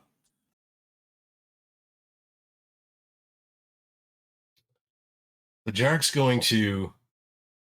he's gonna take out maybe like a small cube of like some of the dinosaur meat, and he's going to kind of like toss it into the water a little ways from shore to see if like anything comes for it. If that whatever the claw, or I guess he wouldn't have seen the claw, but assuming that kind of dirt told him told him he saw it, he would do this. He would kind of like flip a little bit of meat in there to see if anything comes towards the surface. Yeah, Dirt would have been like, purple claw.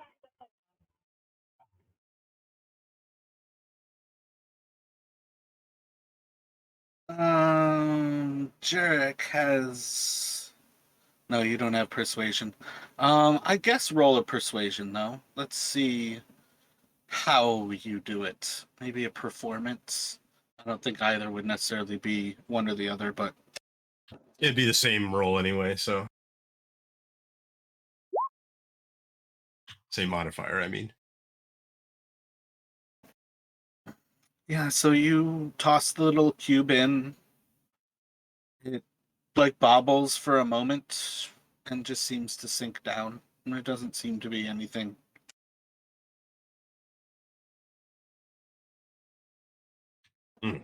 so I'm at a loss. As you all are kind of watching the cube sink, Ganida's just going to feel like a strong gust of wind. Is she wearing a hat?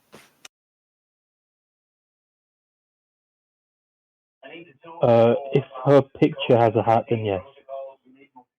Okay, that's just like her cloak is pulled up over her head. So yeah, let's go with like it's face forward, like a gust of wind, and it just blows the hood off of her head. Nobody else feels like the wind though. So Jarek's gonna kind of like looking around. He doesn't see anything. He's not sure what's going on. He's gonna like very tentatively like call out, like, "Is someone there?" Can Dirt rack his brains to see if he could identify this creature by the claw? Roll an Arcana.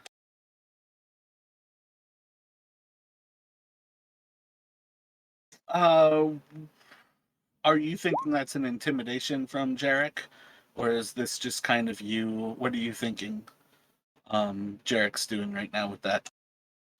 Yeah, not really intimidation. Almost just kind of like, um, kind of curious. Like he's like, uh, almost like more apprehensive than trying to be intimidating.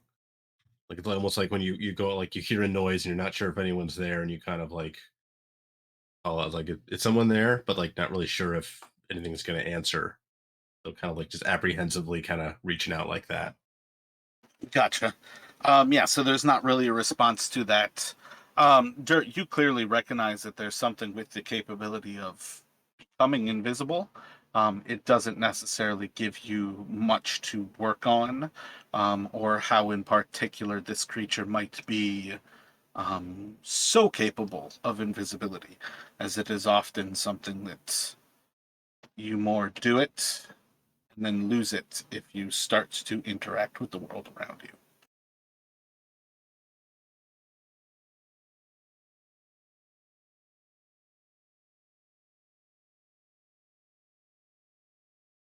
Island's sort of amused and watching, just trying to see if he can see what everybody's reacting to. So you think you're like giggling to some of this? Like Yeah, laughing about it? it is a little amusing. Yeah.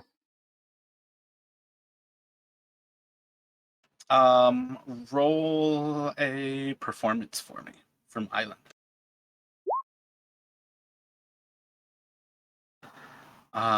So after a little bit there, you all are pretty much like sitting by the boats and just kind of like looking around, watching like the water still, or what do you imagine you're doing right now?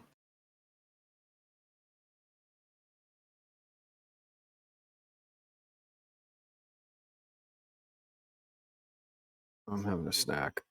I'm waiting for us to be able to get back to our paddling. So assuming that means Killin is having a snack as well, while he's watching with you, at some point Killin is like going to reach a piece of food into his mouth and it just disappears right before his eyes. Well, I think our friends have a sense of humor.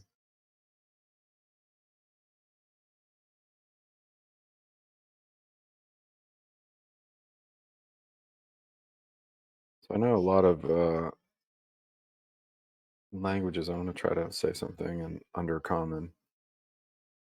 Just to say greetings in Undercommon and Draconic and see if I get any reaction. You probably get a little bit of a reaction from Dirt at first, when you speak in Undercommon. And then when you say something in Draconic, you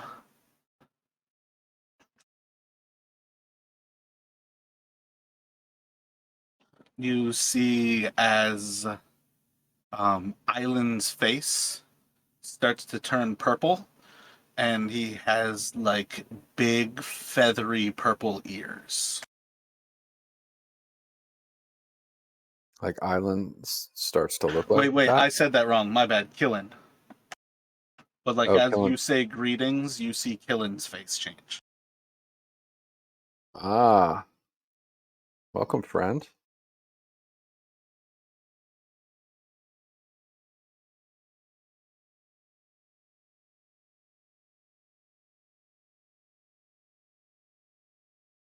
I sort of trust Killen's okay because I think there's another creature here that I can now see. Yeah, after kind of saying that, his face kind of shifts back to normal, and it seems that was kind of the response. Well, we have a friend who speaks a little draconic. Doesn't seem to mean us any harm. Perhaps he wants to be. He wants to join us. That's what you're speaking. Did it respond? It showed his face. Showed his purplish, feathery face for a second. Did I recognize what it was with all my archaeology background? It would have had like characteristics of almost like butterfly, kind of sensation to it, but you were seeing more like his face shifting through a lens than that you were seeing something whole. No, I think it's some kind of woodland sprite or something that lives around the water, but it seems just hungry. So I'm going to take my rations and just like leave them out, back off a little bit, and then say in Draconic, "You're welcome to eat." Do you have any more of that dinosaur meat that we could offer? Sure, yeah. So Jarek will hand over like I don't know, probably put it into like pound increments. So he'd hand over like a well, we wouldn't have anything to wrap it in. So he just hands some over, yeah, to Island. Yeah, And then tell make it a tell it. dexterity saving throw. Who needs to do that, Island? Island, yep. As Jared goes to hand you this like meat, he seems to like slam it into your face.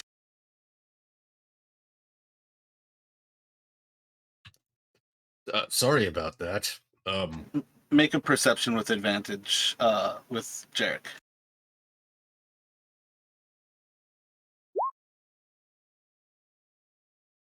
Like as you were going to reach out, you stopped feeling the weight of that.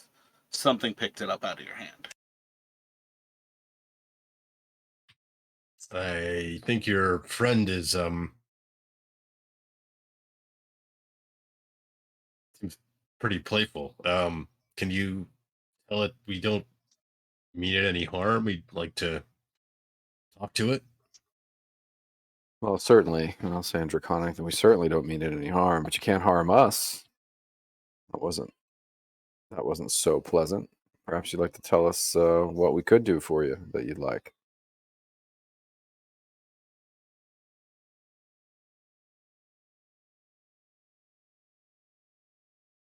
Make a persuasion. I think at that point you feel a little bit of weight on your shoulders with Island. Um, and there's almost like a soft, like a puffy feel across your face. It seems like something is like wiping a feather over your face where you just got hit with the meat. Ah, thank you, friend. I'll say Draconic, can we see you?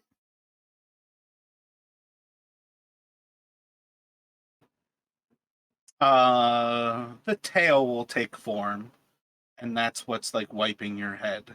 And you just see like a big feathery looking tail.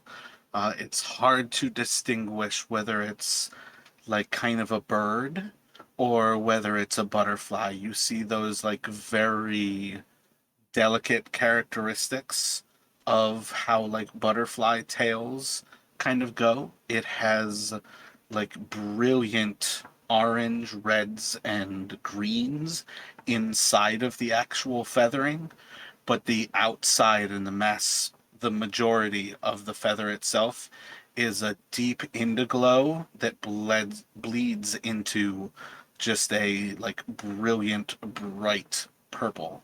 And the tail is kind of like a foot and a half long. So like the like very colorful like reds, greens, and like oranges is like just a few inches right next to your shoulder, and then most of it is like that blue and purple. Wow, such beautiful colors. We haven't seen the like in the jungle. It's nice to meet you.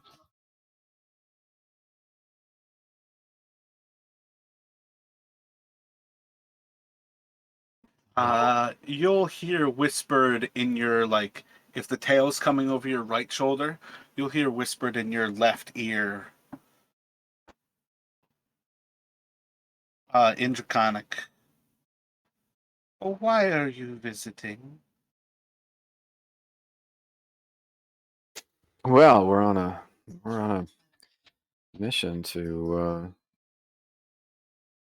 visit some spots. We're gonna go to see the camp and see what failed there, and ultimately go to Mabala with our guide here.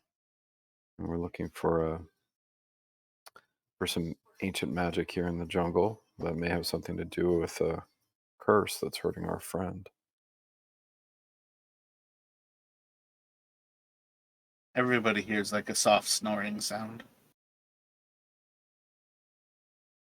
Did I put you to sleep? Slowly, the color fades from the tail as it kind of disappears on your shoulder. Well, I think I bored it right to sleep, but it's here on my shoulder. You all see it, right? Or saw it? The tail was visible for a moment there.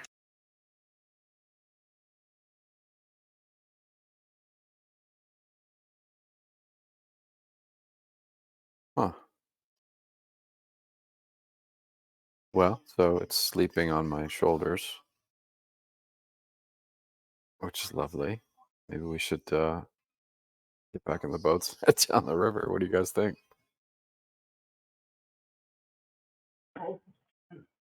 I think if it wanted to actually hurt us, it would have done so already.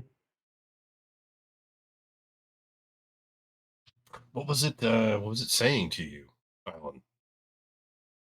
Well, it asked what we were doing, and I tried to explain that we were going to go to the camp, and we're looking for a golem. There was a curse, and it just, I think I put it right to sleep.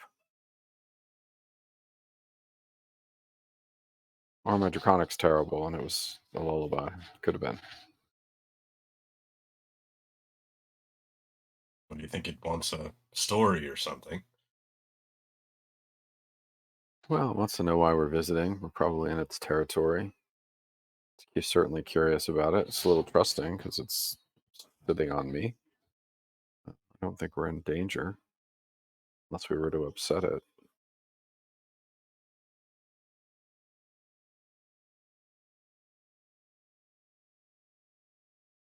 Can you I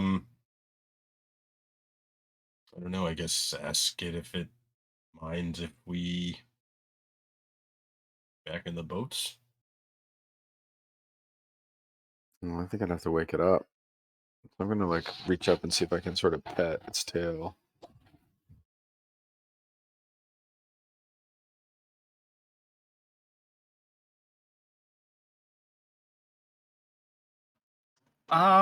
I think it's more likely that you'll just kind of reach up and the sensation of it being on your shoulder will kind of like dissipate. Oh, Whether it was there or not, like, it's kind of hard to tell. well, I think it might have left us. So let's head out and we'll look for them to come back. You didn't catch a name by any chance, did you? No, it said only, why are you visiting? That's all it said.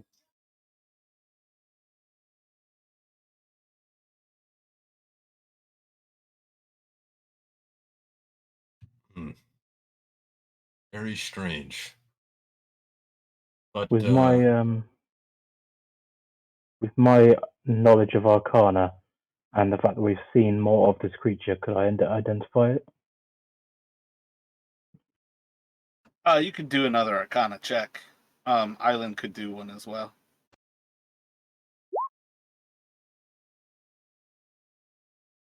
Maybe we missed this day at school. Yeah, sounds like it. Well, Island's psyched. This is like why he likes to adventure around in the world.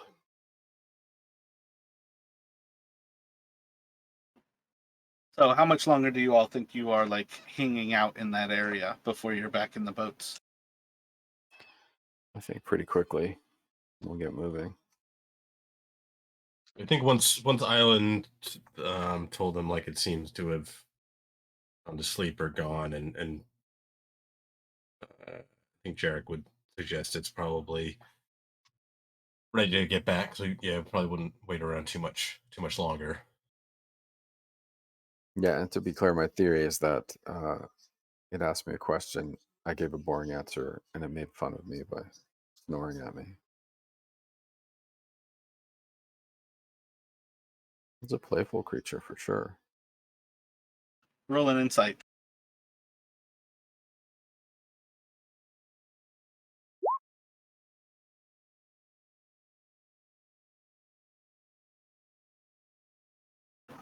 Yeah, I think you've got that spot on. A serious answer was not what it was hoping for.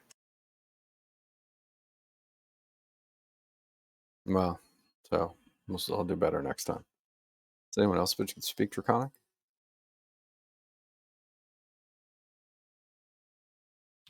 No such luck. Nope.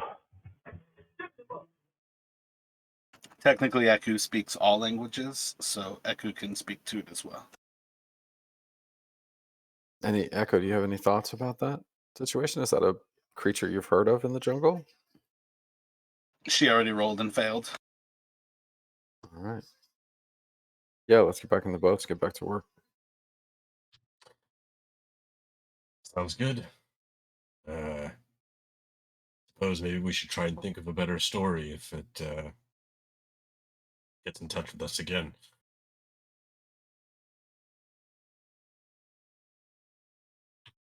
But otherwise, Jarek will start making his way back towards the lead boat and try and push off again, kind of hesitantly, so I'm wondering if like the thing's actually done with him for now. Well, right behind you. Jarek, make a wisdom saving throw.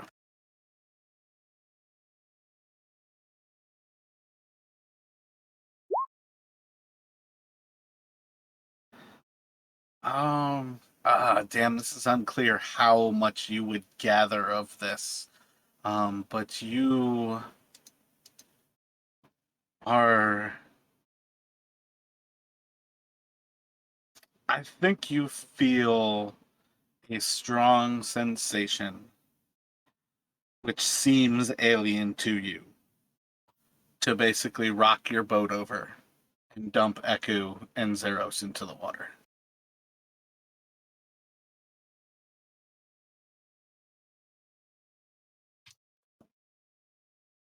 Is this something You are not charmed by it. You like that. That's kind of what I'm getting at. Like you feel the sensation, but have no actual like inclination where you are forced to do it. I feel like you would still almost hear it, kind of like it's not even like your subconscious voice. This sounds other.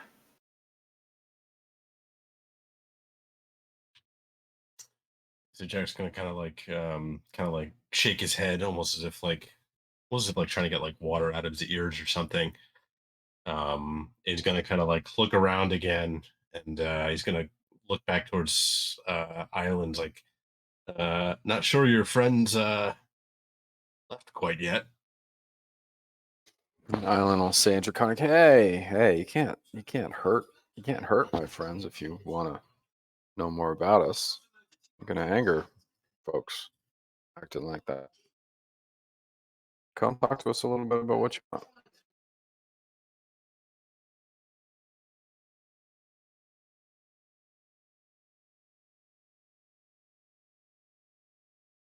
I think you would start to just like maybe like 15 or so minutes down the line as you all are kind of paddling forward.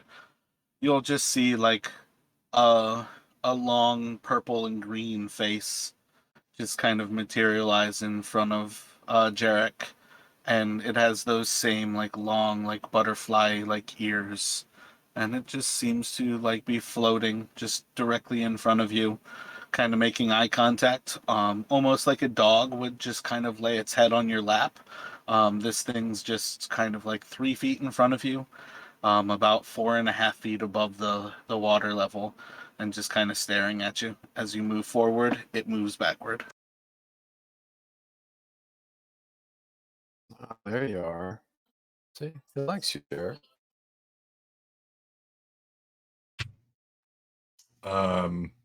Derek's gonna kind of like half tentatively kind of like raise a hand and kind of do like almost a little half wave at the thing. Hello. You see as one of its ears almost does like a mirror of that. Like they're very long, like stringy ears, almost like a foot long. And it kind of just like raises a little bit higher. And it just kind of is almost like a pad in the air, kind of like the palm of a hand.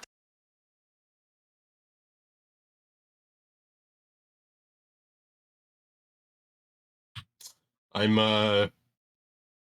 Jarek, and he's going to kind of like wave his hand again to see if it keeps doing that. Like, do you have a name?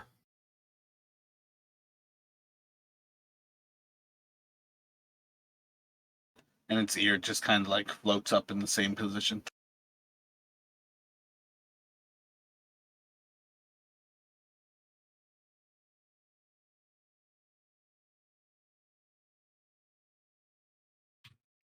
Jarek's kind of at a loss. He's going to glance back towards Island, and Dirt, and be like, and kind of like give like a shrug, like, I don't know. When you look back at them, you just see darkness. You can't even see the second boat behind you. And like the more you try to focus on it, the harder it is to see Eku and Zeros. It actually looks a lot like your boat is just cut off halfway through, and there's just a large purple expanse behind you with nothing really in it. There's the water like directly below you, the canoes directly below you, but when you look backwards, there's nothing. Okay, so that's definitely gonna freak him out, and he's gonna call out like, Island, Dirt, can you hear me? And he's gonna kind of like turn back around towards the front and try to um It's just got a big old smile, but they can hear you. So if they go to respond, you can still hear them. You can't see them. What's going on? Jarek, you all right?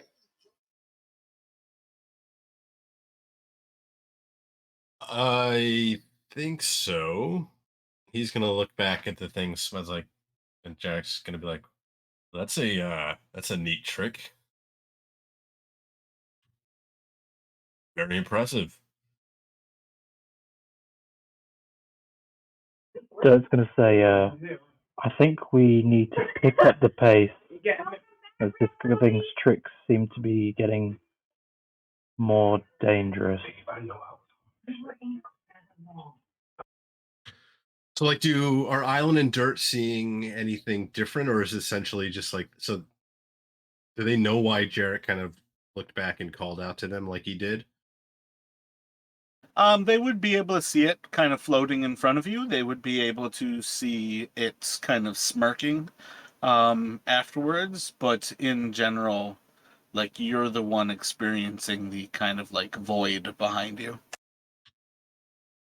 Right. Okay. Yeah, that's kind of what I was getting at. So as far as they can tell, like I'm still just right in front of them. There's no weird darkness or expanse. So they might have thought it was like a little weird that I'm like calling back, because if I don't know if they're still there. I guess it's kind of like what I'm getting at. Yeah, so round this happening, you all will paddle, like you're still paddling. And at some point here, you are going to see there is just a large, like, chest on the side of the water. And it just seems like it's, like, washed up and it's covered over in weeds and things. Ooh. Specifically, Jarek wouldn't necessarily be seeing this. Hey, friend, is that your chest over there? Intraconic. As we start to paddle that direction.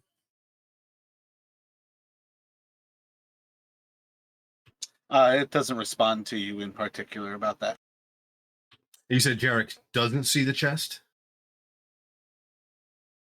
Yeah, I think. Oh, let me have you roll an active perception to see like how focused you are. Yeah, that's good enough. You can be focused forward at that point and see it up ahead of you. Basically, like trying to actively block out the fact that like you can't see behind you because it's so illogical. You pretty clearly understand what's happening. Jarek's gonna like catching sight of this. He's gonna kind of call back to you. It's like, are you seeing the same thing? This chest? Oh yeah, I see it. Jarek's Did, like, not. did Dirt see Sorry. it? I mean, once they point it out, yeah, everybody can see it. In particular, Island would be the first to see it with that active perception. I think it makes sense for Jarek to have been looking ahead.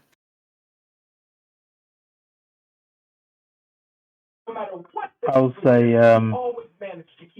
I have no idea what this creature is, but if you're speaking to it in Draconic and there's a chest over there, that might be its horde, and we should probably stay away from it.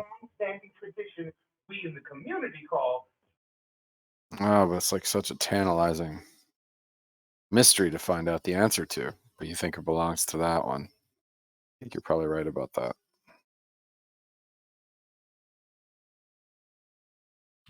Is that yours? Calling out to the Jack's gonna call out to the creature in front of him. It doesn't seem to react.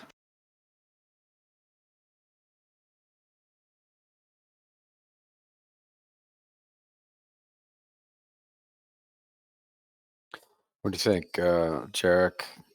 Dirt says we should pass on by. I'm okay with that because I think he might be right. What do you think? I'm leery. Yeah. I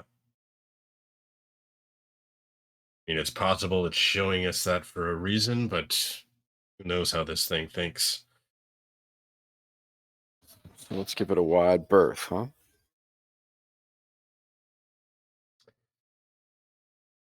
So Jarek's gonna kind of like looking back towards to the front of the boat, like, it was very nice to meet you. Do you mind if we sail on through?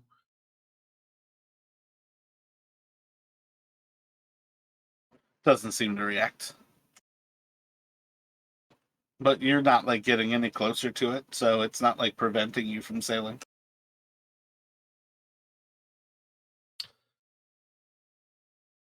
All right, I guess. Yeah, maybe take note of where we saw the chest. I don't know if it'll be there if we come back this way, but otherwise, Jarek's gonna kind of um still kind of completely at a loss as to what's going on. This is definitely beyond kind of what he's, his sort of experience. He'll kind of keep on, start, you know, continuing to paddle. Yeah, so I think probably the next like hour or so would go by with little to no kind of interruptions to you all in general. And is the creature staying the same distance away this whole time? I think after a little bit, you're not actually going to see it. You'd probably be splashed with water like once about 17 or so minutes after the chest. And then it's relatively inactive from that point on.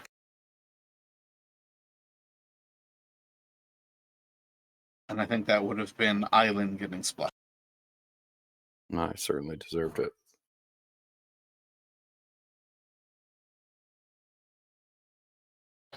Well, I think maybe you're right, Dirt, that chest and that draconic creature were related. Oh, it was a bit of a lucky guess, but seems strange that this creature was around and the chest was around. It just, something didn't seem right to me. Trying to tempt us, you think? Something like that? Possibly. Or, yeah, I'm not sure exactly, but probably. Well, I've certainly never had anything like that happen to me before, but wasn't trying to hurt us, so I'll call that a win.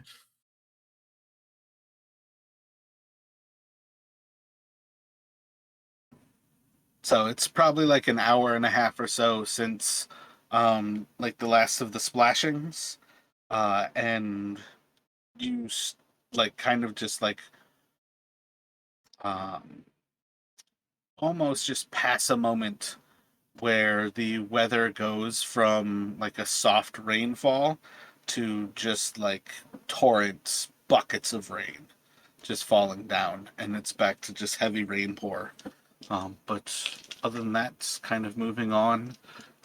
It's getting on in the evening. There's still plenty of light, so it's not like getting on too late in the day. But you have a pretty good sensation.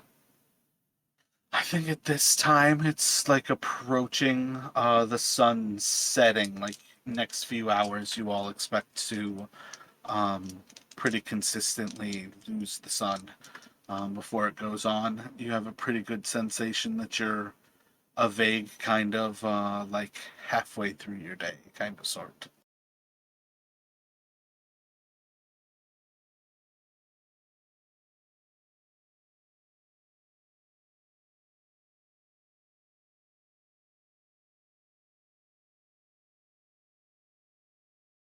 Hopefully, if we need to come back this way, then that creature will give us no problems. Since he knows that we don't want to take its treasure.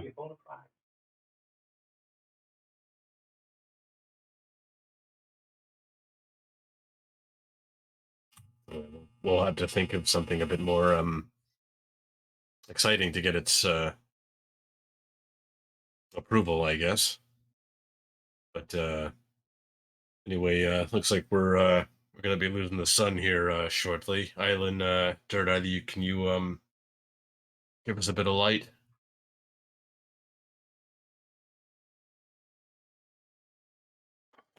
course, I'll cast light on the tip of the boat that I'm in.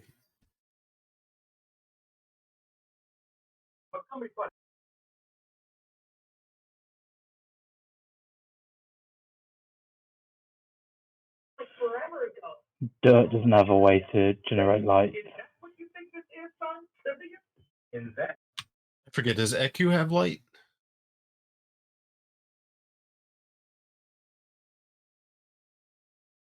But if not, I guess Jarrett can also try to. It'd probably be difficult with the rain, but maybe try and light up a torch that he can kind of hold for himself as well. I feel like it's Valdis and Aelin who can produce light. So you guys have two sources of light. That's not a problem for you. Okay, yeah, no, you're right. I think it's Valdis. Yeah.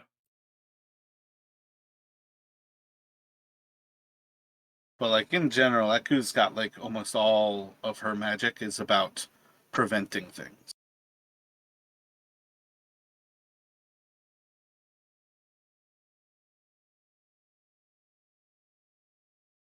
Okay. Um. Yeah. So I guess Jarrett's still trying to kind of wrap his head around what happened. He'll just kind of consider they kind of suggest they press on a bit into the evening, try to again make up for some of the lost time from the last night. Let me have a perception check.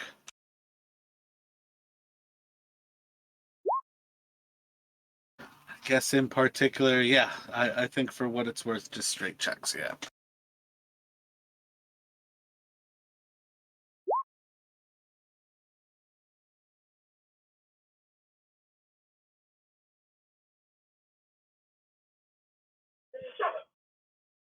Yeah, I don't think you're gonna miss it. You're still in the lead boat with Jarek. Yep. Do you need me to make a perception check? You can do one. If you beat his 19, it'll matter.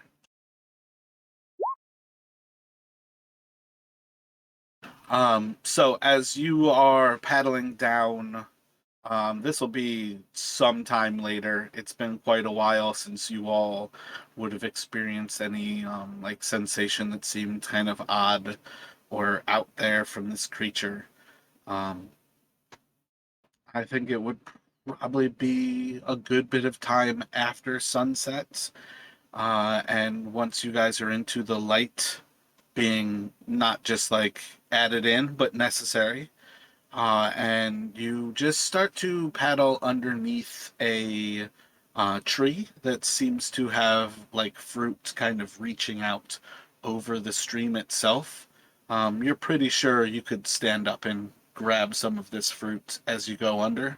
Otherwise, you could probably like land the boats and collect some of this fruit. Do we recognize it?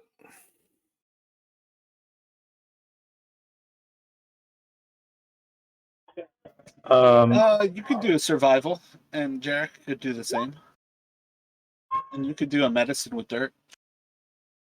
Yeah, I have a herbalism kit, so if I don't recognize it, and I still like to try and grab one, and maybe I can just examine it, see if it's edible or not. Do you have herbalism like proficiency, or do you just have a kit? I have both. All right, you can have advantage on that medicine check.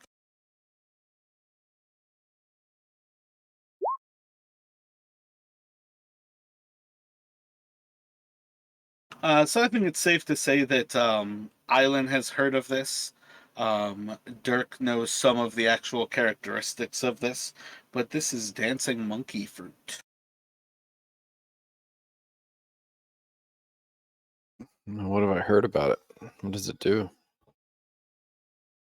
Effectively, what you would know about it is it's just a bit of an exotic delicacy, and it has quite some value in more civilized areas. As far as Dirk would know, you would understand that it has hallucinogenic properties. Well, let's grab some of that fruit and bring it to the camp. Maybe it'll buy us some goodwill when we arrive. What do you guys think? You want to land and try and gather some up? Yeah, I think so. Dirt? Yeah, I wouldn't advise eating it.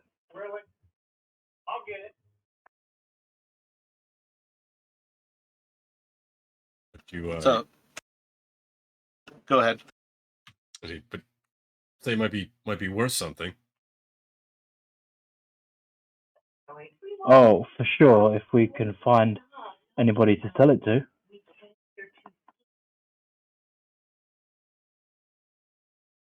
Right. So yeah, so Jarek will try to seems like they're agreed to try to maybe again land the boats and maybe try and gather some up.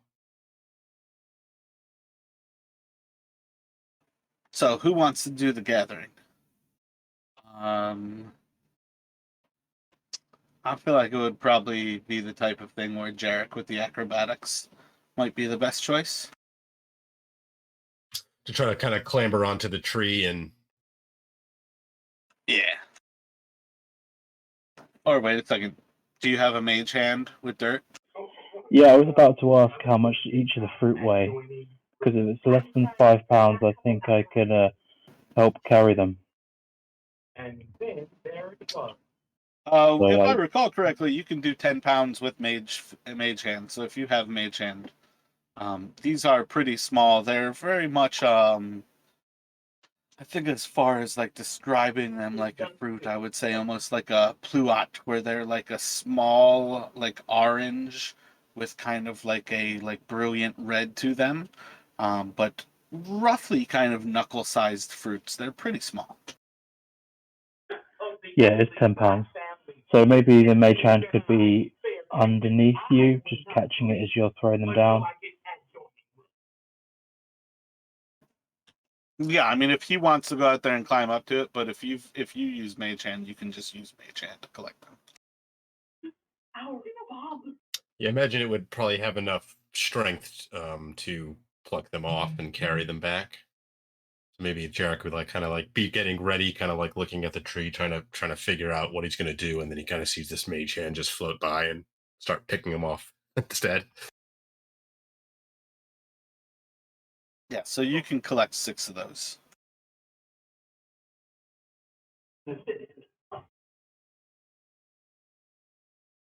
Is these fruits something that we can add to our inventory?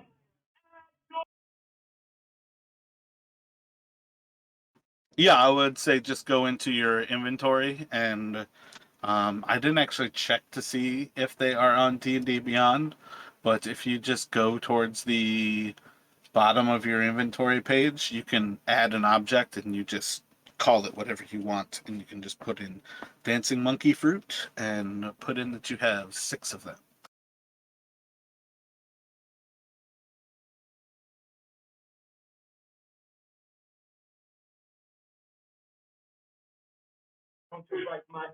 Is somebody going to carry all 6, or should we add 2 each?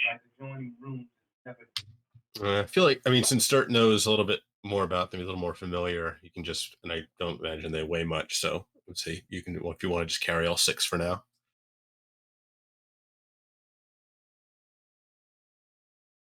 Do you want me to carry them? Sure. Did you collect Roll an them? intelligence, Sturt.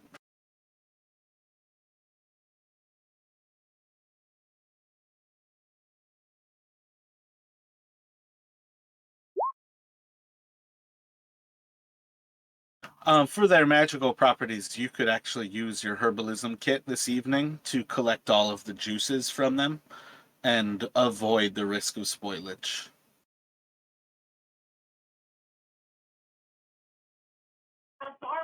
Would that make them edible without the hallucinogenic property? No. That's me telling you, like, you can harvest the like value out of these and avoid like spoilage. It's going to be the same thing. You just won't have them spoil. No. Okay. I am a medical doctor. Basically, making a potion of dancing monkey fruit juice. Have one, but if Okay, he cool. had a heart attack, he would give a great. Don't understand why I will do that.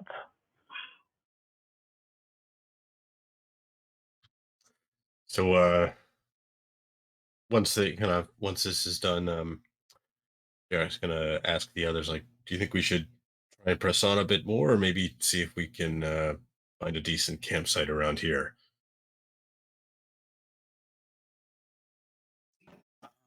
Did you have the land vehicle proficiency with Jarek? Yeah, we just, you said it was okay if I changed that to water vehicles. Yeah, I was gonna say, let me have you do. I feel like it ends up just being kind of an intelligence, and then I think with Island as the cartographer, let me have the 2 of you do intelligence checks here.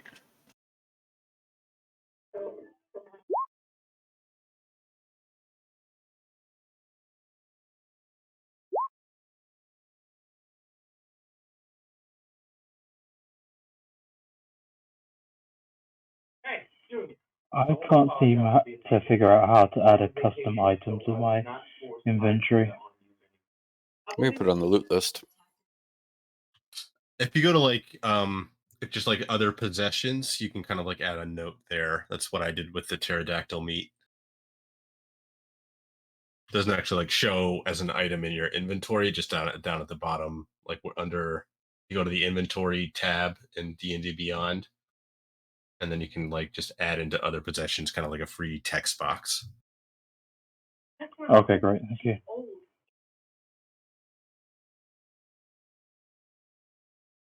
I put it on the loot list in the meantime. Figure it out if you don't get it done. I think we could, yeah, I think we could camp around here because this valuable fruit was just out where no one had noticed it. What did our intelligence checks tell us?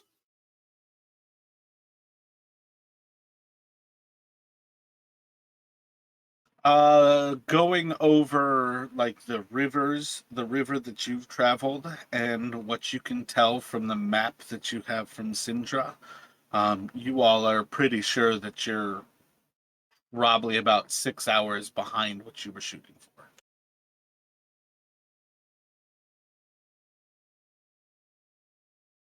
Yeah, Okay, so it's under inventory. I think you would go to manage inventory, and then once you click that, you can add the custom item.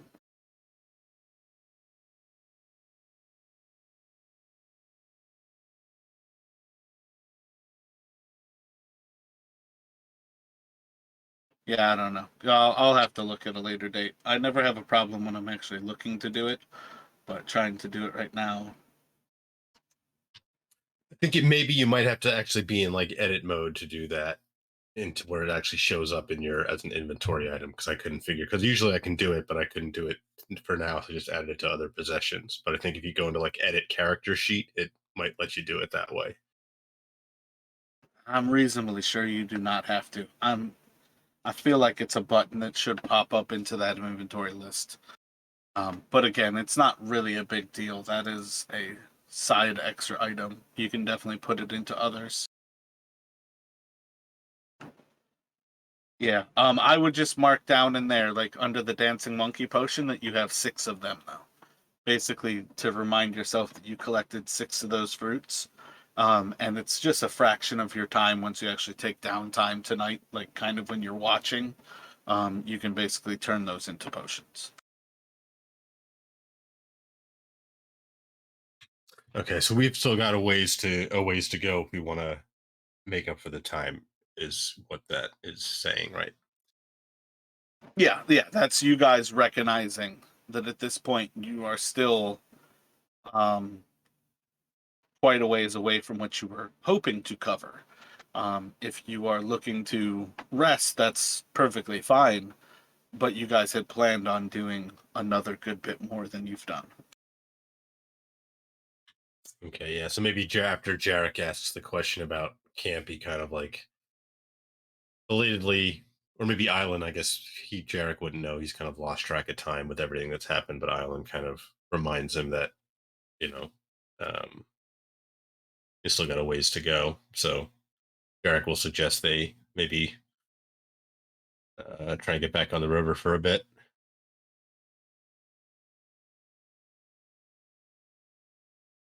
Okay, yeah, fair enough. I think we could probably get another couple of hours in before it's too dark.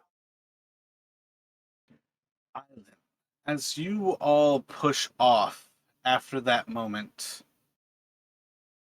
you start to feel as if you can hear paddling behind you. But any time that you stop and actually look behind you, there's nothing to be seen. No, I tell those guys we gotta go faster. I think there's goblins behind us. Somebody's catching up. Let's go faster.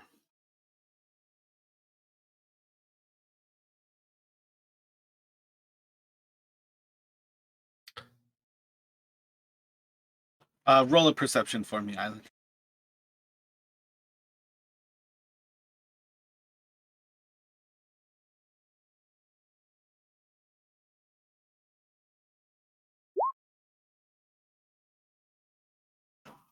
So as you all push on, you feel pretty sure that you've gotten away from whatever it is behind you, at least from what you can kind of gather. You're there. Not you don't hear the paddling behind you anymore.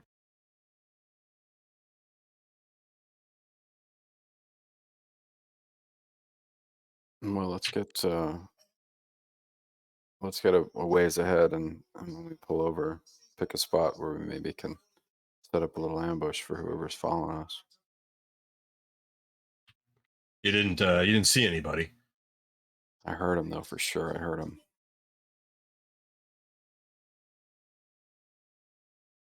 It's not like we've Well, met anybody out here with a boat that was friendly with us, right?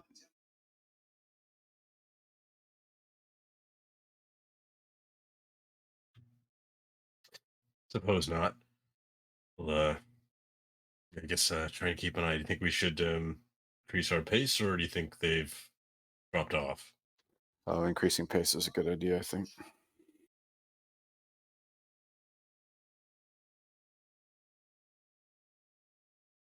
All right, so I guess Jarek will start to paddle harder, essentially trying to move to a fast pace for the next couple hours, or you know, start to and see what happens. So pushing forward a little bit, trying to be a little bit stronger as you all move forward. It seemed to work for a little bit to speed up, and then it's not long afterwards before Island, once again, you're hearing paddles. You're pretty sure they've dialed in their paddle strokes to match your strokes. They're right behind us. So is there a spot that we see where we can get out of our boats quickly and surprise them, like around the next turn in the river, maybe? You could certainly try, make a perception check. You can do all three of you. Dirk, can you do a perception?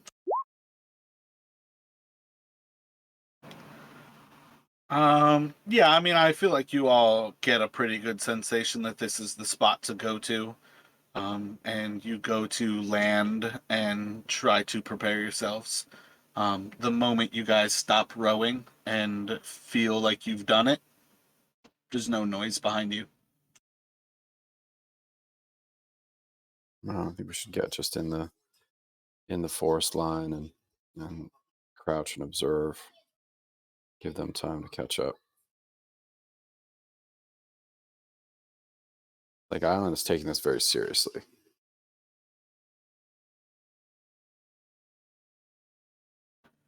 So as you all wait here, trying to watch and see, as you kill your lights, it gets deep darkness. There's still a waning moon above, so there's little bits of light ahead. Dirk probably has pretty clear vision of the things ahead. The others of you are kind of struggling to be able to make out between the rain and like the moonlight. When the moon kind of peeks through, there's a kind of like glistening gleam across all things. But it's probably about 3 or 4 minutes from when you all have stopped and the paddling behind you has stopped that you start to see 1, 2, 3 boats land right next to yours, right on the south side. And as one person gets out, there's another, and eventually you see that almost all of these boats were filled with people. And after a moment, there's one humanoid who seems to be at least a little bit more in charge of the others. They seem to be dressed in nearly all black. Next to nothing is showing up even underneath the moonlight that kind of gives you a characteristic of what this figure is. They stand probably about 5.5 to 6, maybe low 6s, feet tall, and most everybody is around like that various height, kind of pretty typical humans. There's one person who seems rather heavily clad in armor and has a lot of trinkets, who's kind of the loudest of the entire group. A few of them seem to be kind of like shoddily selective in their items. There's not really like rhyme or reason to it. And two of them seem to be perhaps the guides of this group, and they seem to be almost savage in how they look. They seem very at home in these conditions and these heavy rains, and wear little else other than animal furs that seem to be soaking wet, but something that's a water creature, where the actual furs are just like shedding the water across a kind of like a down, like fur on the outside. But as you all look across, there's a little less than a dozen, perhaps, people who have landed right by your ships. And what can we hear them talking about?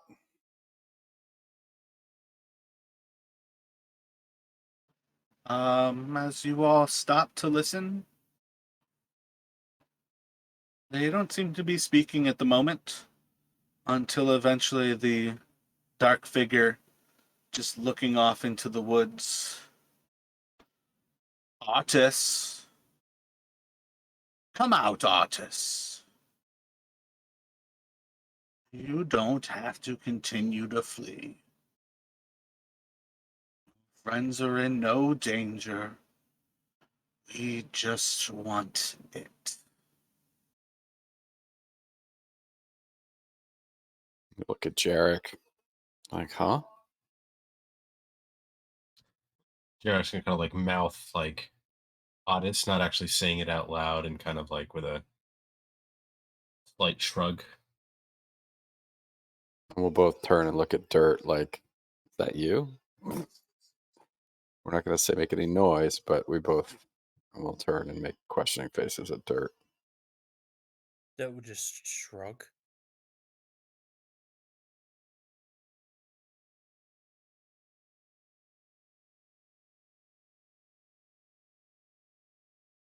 You're gonna see. Word name artist mean anything to Dirt?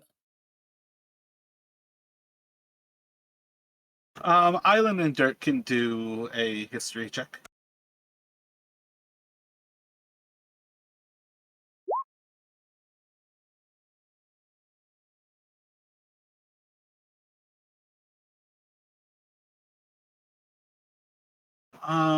You've come across tales, Dirt, of a, Island I think would kind of hit that too. Neither of you are necessarily too shocked to hear the name of Artis. There is a human who people have told fairy tale sort of stories about, who his love has kept him alive while his lover has gone missing, and he seems to wander the world, hoping that one day she will return. And as with all stories of these natures, it wouldn't be surprising if perhaps it was fanciful that it was his love that kept him alive, and perhaps this it might be an object of great magical power that is indeed the thing that keeps him alive.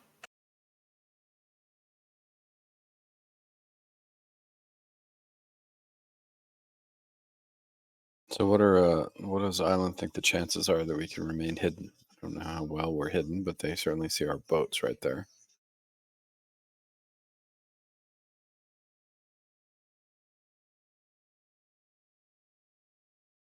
You could roll an insight check.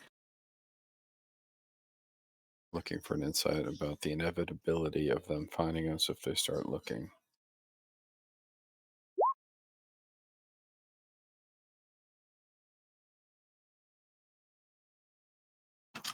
They're going through your boats. They were pretty close behind you, and they've been keeping a tight, a tight trail on you. So you're pretty sure that they knew pretty quickly when you pulled off, and they probably have a pretty good understanding of how far you might have gone. You don't think this person would be shocked to know that you are easily within earshot of his plea for artists to come out. I I'm would gonna look like at. to, if it's possible.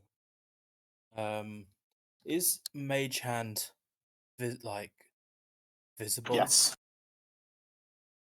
There is pretty much only one character who has an invisible mage hand, and that is the rogue of the arcane trickster.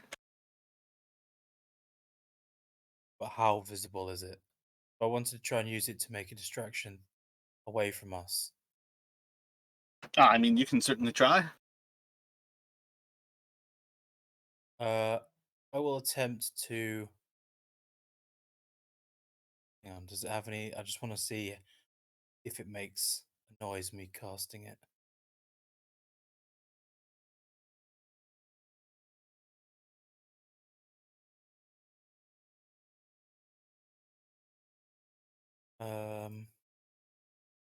I think I'll hang on and see if they get close before I do this.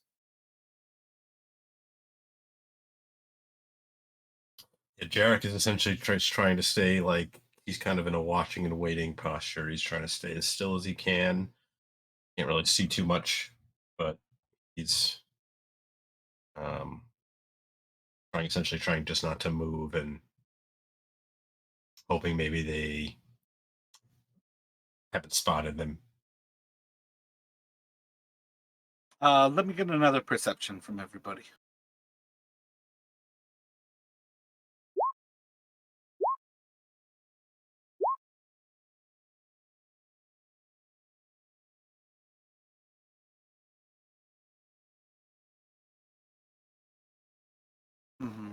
Jarek, you see as they kind of like finish going through your boats, and they seem to have like a person who's going individually from each boat towards the figure in the dark black who's basically just been staring off towards the jungle as they look through them. And he kind of like leans his head down a little bit to listen, and then his head goes back up straight as the people kind of retreat a little bit. If you're not traveling with artists, you can come out. You are in no danger. If you are holding him from us, your lives are forfeit.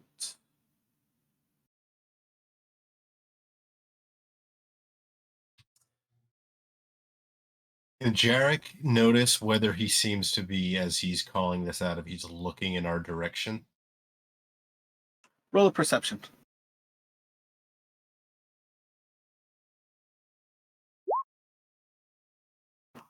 Can't really tell, but it feels like he's staring directly at you. Jarek's gonna kind of glance back towards Island and Dirt and kind of like make a tiny little, try and make like a tiny little motion with his head towards the figures. She's trying to get across the. Well, yeah, he's gonna kind of like do the little head thing and then kind of give like a small shrug and wait to see. I say go for a performance on that one.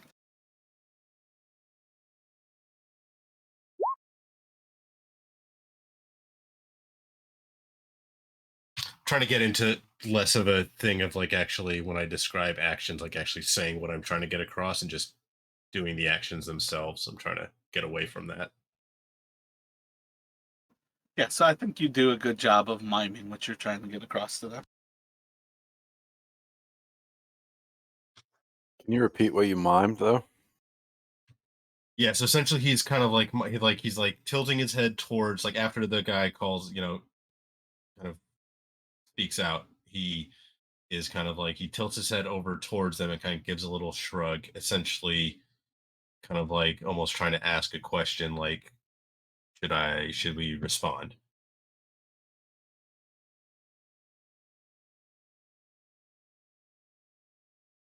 I think Island's response is like some surrender hands. Like, let's go over there.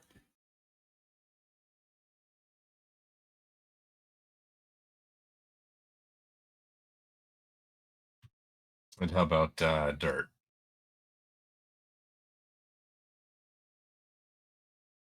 I'm not sure. I'm not sure what dirt would do.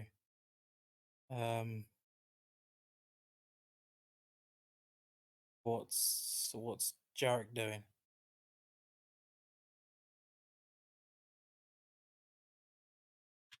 I think kind of seeing Island kind of do the surrender thing, and kind of vaguely sensing that they might probably maybe are not all that unaware of their presence. Jarek's going to kind of like take a deep breath, um, and kind of move to kind of, he's assuming he was like he was kind of like they were kind of like crouching down, so he's going to start to move, stand up and sit them. We're not with this artist. Come out slowly. Show yourselves. If you don't have artists with you, you've nothing to fear. So Island's going to come out too, but I'm thinking it's just the two of us and our two followers. We're not going to expose dirt. Dirt's gonna come out as well.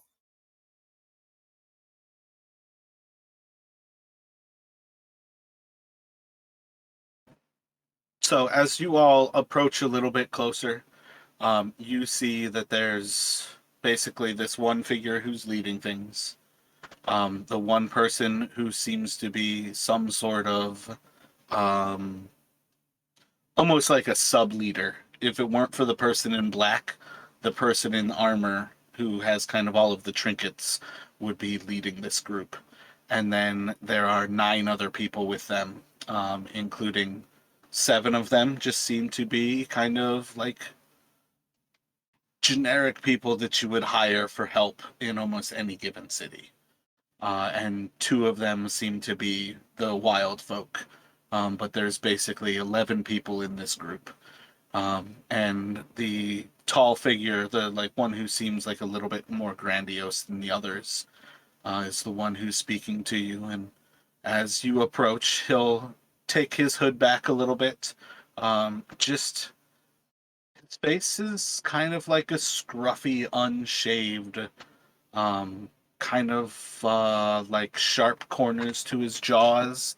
And as he throws his hood back, he's taking a closer look over all of you. And he takes a few moments to glance over the party. And is this all of your group? You're not traveling with one who's gone by the name Artis.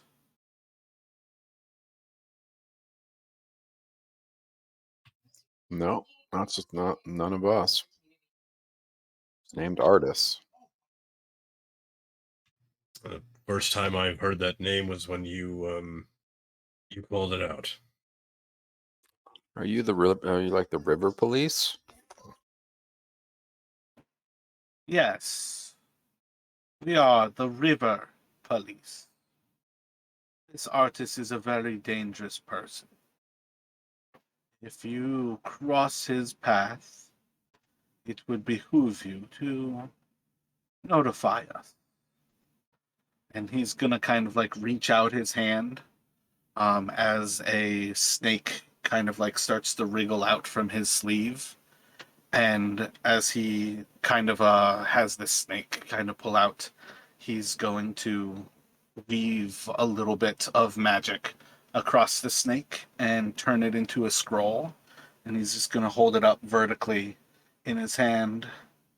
Will you notify me if you find artists while you travel this jungle?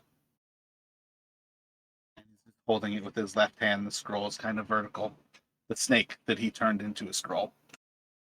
Perhaps. What tell us about what Artis looks like. How will we know when we found Artis?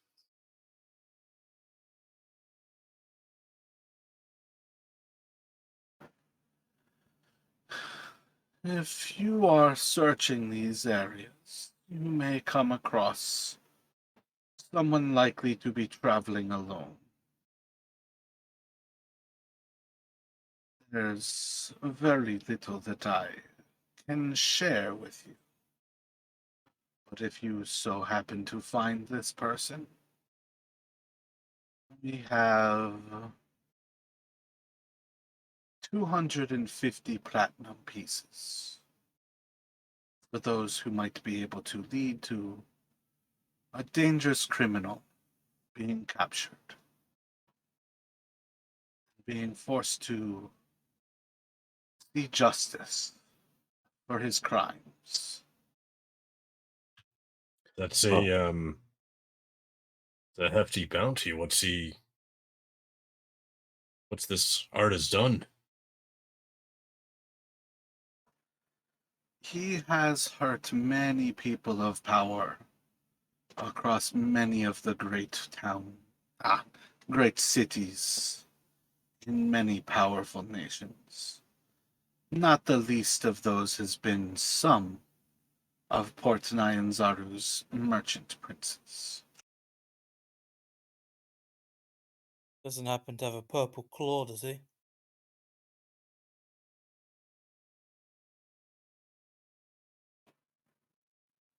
As far as I understand, he seems to be a rather normal human. I know nothing about what claws he may have. Well, we are fans of justice and we are fans of platinum. So we may certainly reach out if we can help you. What's your name?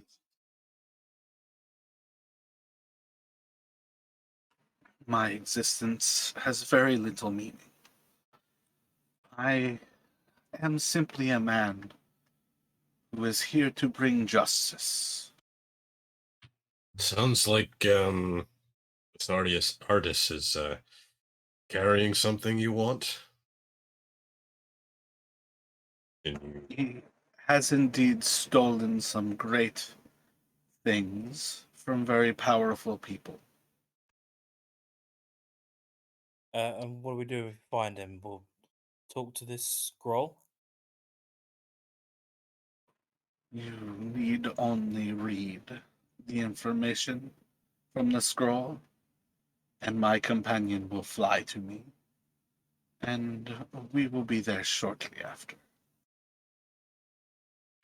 All right. We'll take the scroll of the sheriff of the Soshin Star with us.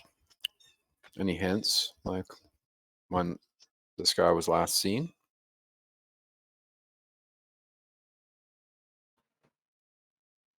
Less than a 10-day ago, we received reports that he was in Port Nyanzaru, and that he was heading down into the jungles. Your little expedition here seemed to be a potential that he might have joined.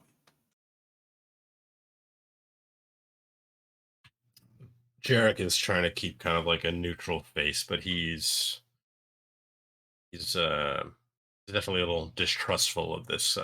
He feels like he's kind of getting one side of a maybe perhaps more complicated story, but he's doing his best to kind of maintain a neutral facade. Make an insight check.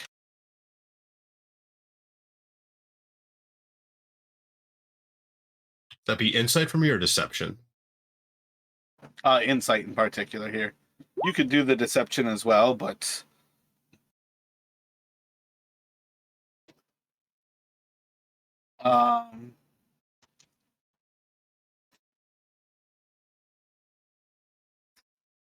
you're from Baldur's Gate, right?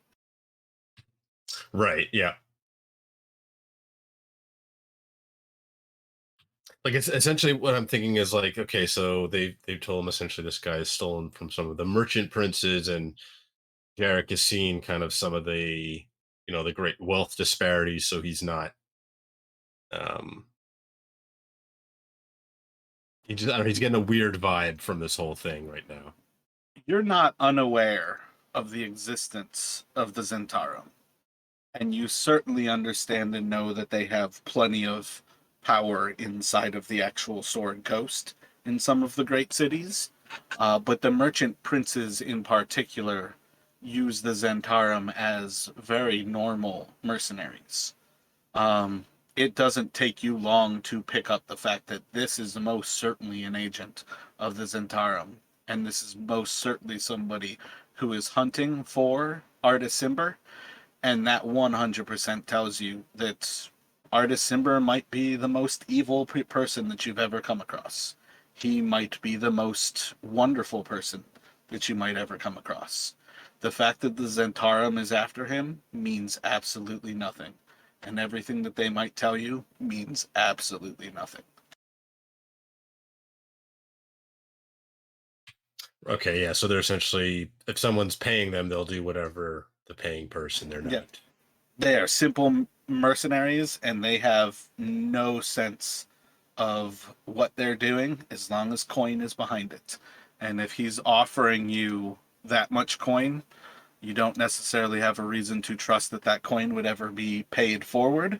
And if that coin were paid forward, it's probably because they're getting paid 10 or 100 times that.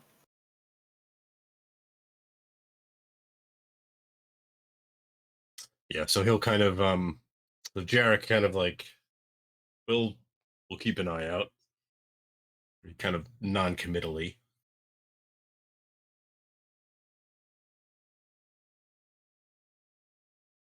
And Island will take the scroll and then sort of head back to his boat and prepare to push off.